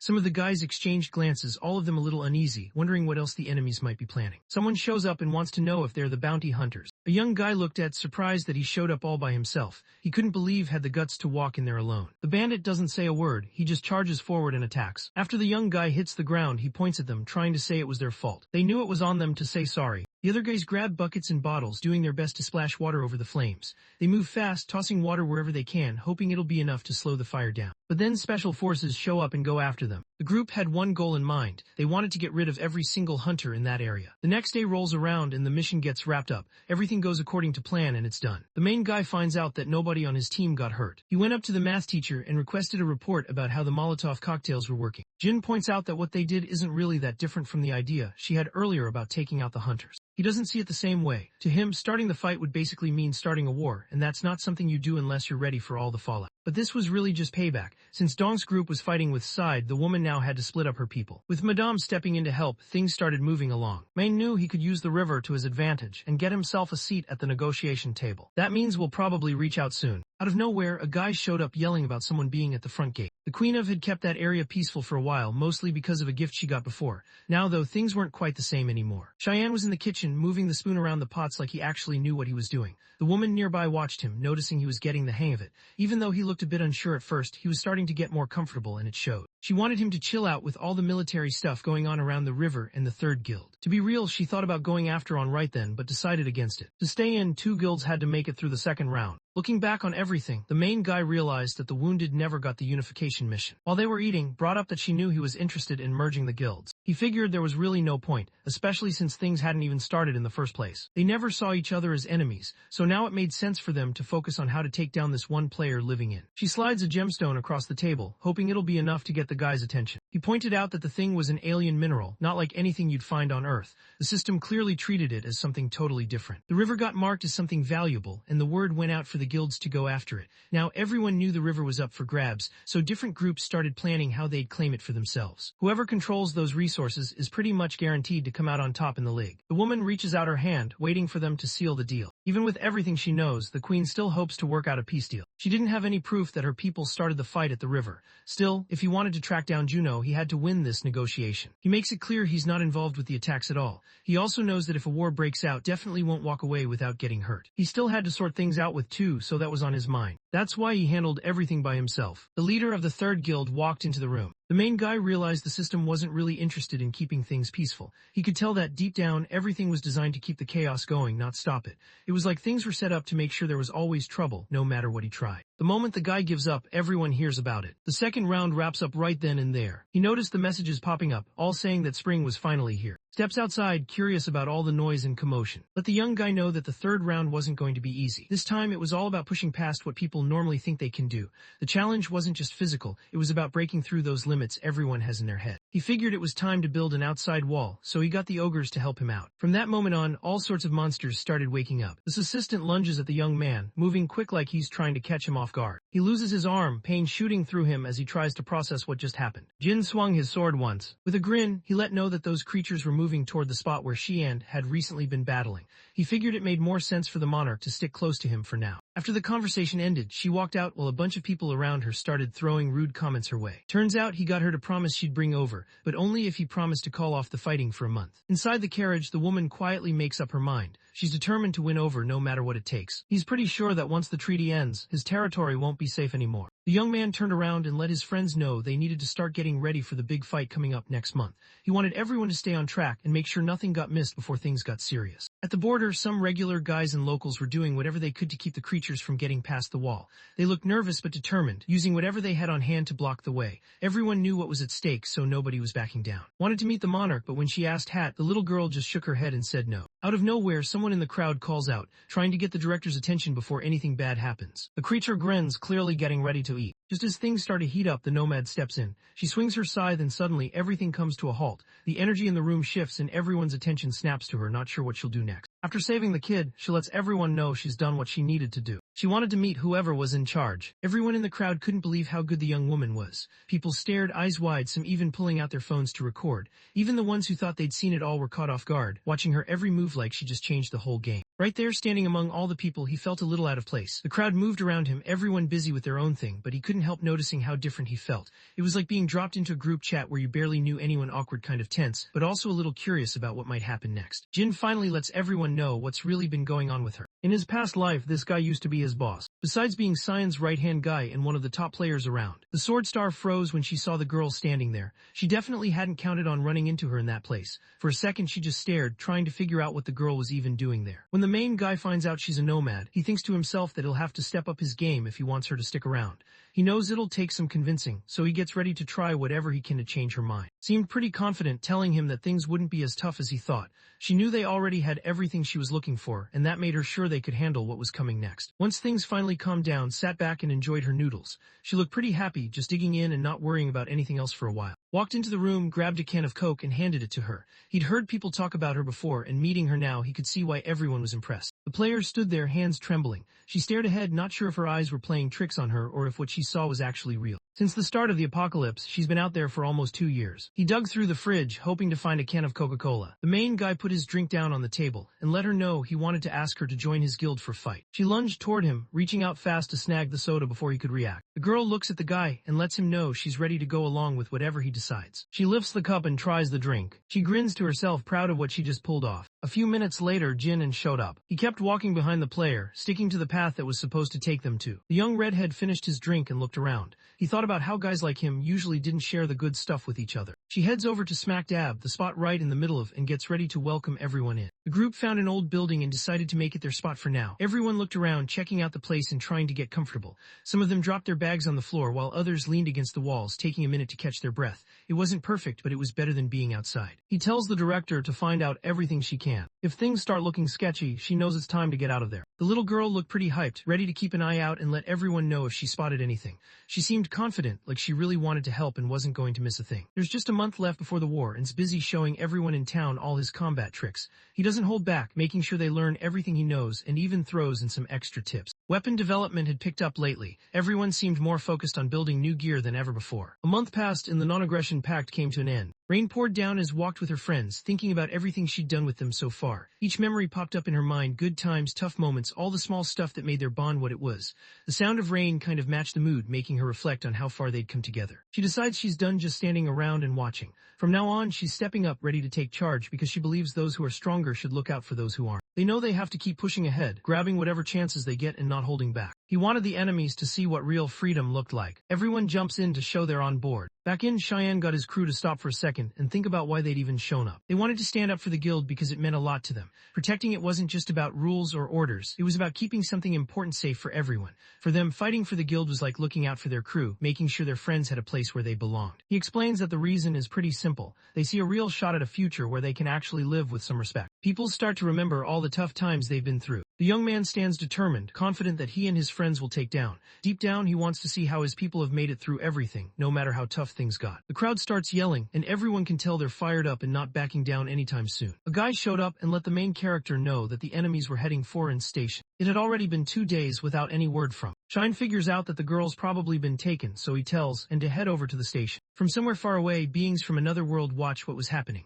They seemed excited, almost like they'd been waiting for this war to start for a long time. Guys start guessing who's going to come out on top. Some even pull out their phones, ready to keep score like it's a game everyone wants in on. Cole shows up, noticing the guys are really into the show. She looks genuinely happy, almost like she's glad they're having a good time. It's the kind of moment where you can tell she actually cares that everyone's enjoying themselves. After paying the entrance fee, one of the guys leaned in and wanted to know which monarch she thought would come out on top. The admiral shared her honest thoughts, quietly confident that would end up winning. Somewhere else, a guy notices what the woman did and nods, clearly impressed by her effort. Found himself resting in the lap of a masked girl. He looked up at her, thinking about how everything he did was really for her. Even in that quiet moment, he couldn't help but remind himself that she was the reason behind all his choices. The stranger looks at the young man, not really convinced he's going to lose. She seems to think he might actually have a shot. They found out was the one who started things with. The group split its soldiers into two teams. One headed over to station while the other moved out towards station. They pull up to an apartment complex. The war is raging on, with chaos everywhere and people fighting nonstop. As soon as the enemy moves in, the guys with the protagonist don't wait around. They start firing right away. The masked woman holds her ground and blocks the attack, not letting herself get pushed around. He jumps up, using the creature like it's a horse, catching some serious air. By the time everyone figures out what's going on, the danger has already hit. Shows up and wants to know if the young woman plays Dong. He looks at the enemy and gets fired up, ready to jump into the fight. Both of them rush straight at each other, not backing down or hesitating. The bandit isn't doing so well right now. He still pulls it off and lands a hit right on his opponent's ride. The object slips from his hand and drops onto the floor. The guy spots his chance and gets ready to strike from above. He tries to act tough, but all he manages to do is snap a young woman's mask right down the middle. Right before he even realized what was happening, someone pushed him. He smiled to himself, thinking the young woman wasn't really as impressive as everyone made her out to be. The enemy snatches her spear and holds onto it tightly. He rushes forward, not hesitating for a second, ready to take on whatever comes his way. She shifts around to a few different spots. He starts to wonder if messing with her was actually a bad move. His enemy wasn't even showing any special powers, but somehow he was still really strong. He takes a hard hit right in the shoulder. The other soldiers get scared. The man raised his voice, making it clear everyone needed to get back inside the building. He wanted the group to pull themselves together, getting ready to meet up with the rest of their team. Everyone heads out one by one, while the woman stays behind watching them go. The bandit steps forward, making it clear she's not planning on letting anyone leave without a scratch. The tension in the air ramps up, and everyone knows things are about to get rough. Things didn't play out the way she wanted. She tried to get the enemies to follow her into the building, but then she changed her mind and started to back off, leaving the plan falling apart. The guy stood there looking down, clearly upset after hearing about the loss. He knew things weren't over yet, though. With a heavy sigh, he started getting ready, realizing that another fight was coming soon. He figures out that the enemy was only checking how strong their defenses were. It hits him that plans to hit both the end stations at the same time. Jin steps up and volunteers to head over to the district. Cheyenne steps forward, making it clear he's the one who's going to handle this. The group heads over to where the guild is meeting up. Sophie pointed out that the enemy's defenses looked pretty weak. It was starting to seem like something had been set up from the start, like every step had been planned out ahead of time. The queen always figured would find a way to keep things from getting boring, and honestly she wasn't wrong. He says they can set up all the traps they want, but in the end, it's going to blow up from the inside anyway. The scene cuts back to the area where some buildings have started burning after a player attacked them. Smoke is rising and the flames are spreading across the rooftops. The place looks rough, with people nearby looking unsettled as they watch the fire grow. Stood frozen, staring straight at the enemy. He couldn't look away, his mind racing as he tried to figure out what to do next. Down there, with fire all around, someone looks up at him and just smiles.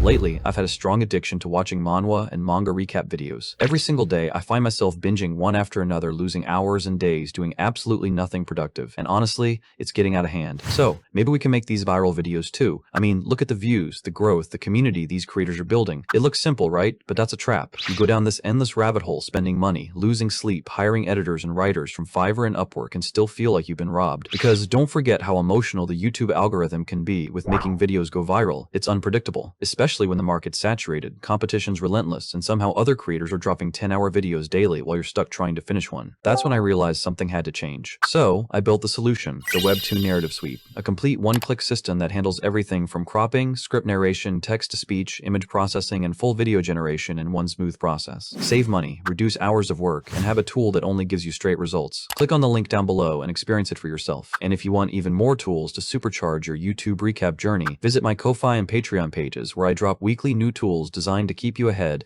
as AI continues to steal our jobs. So tap in now before you get left behind.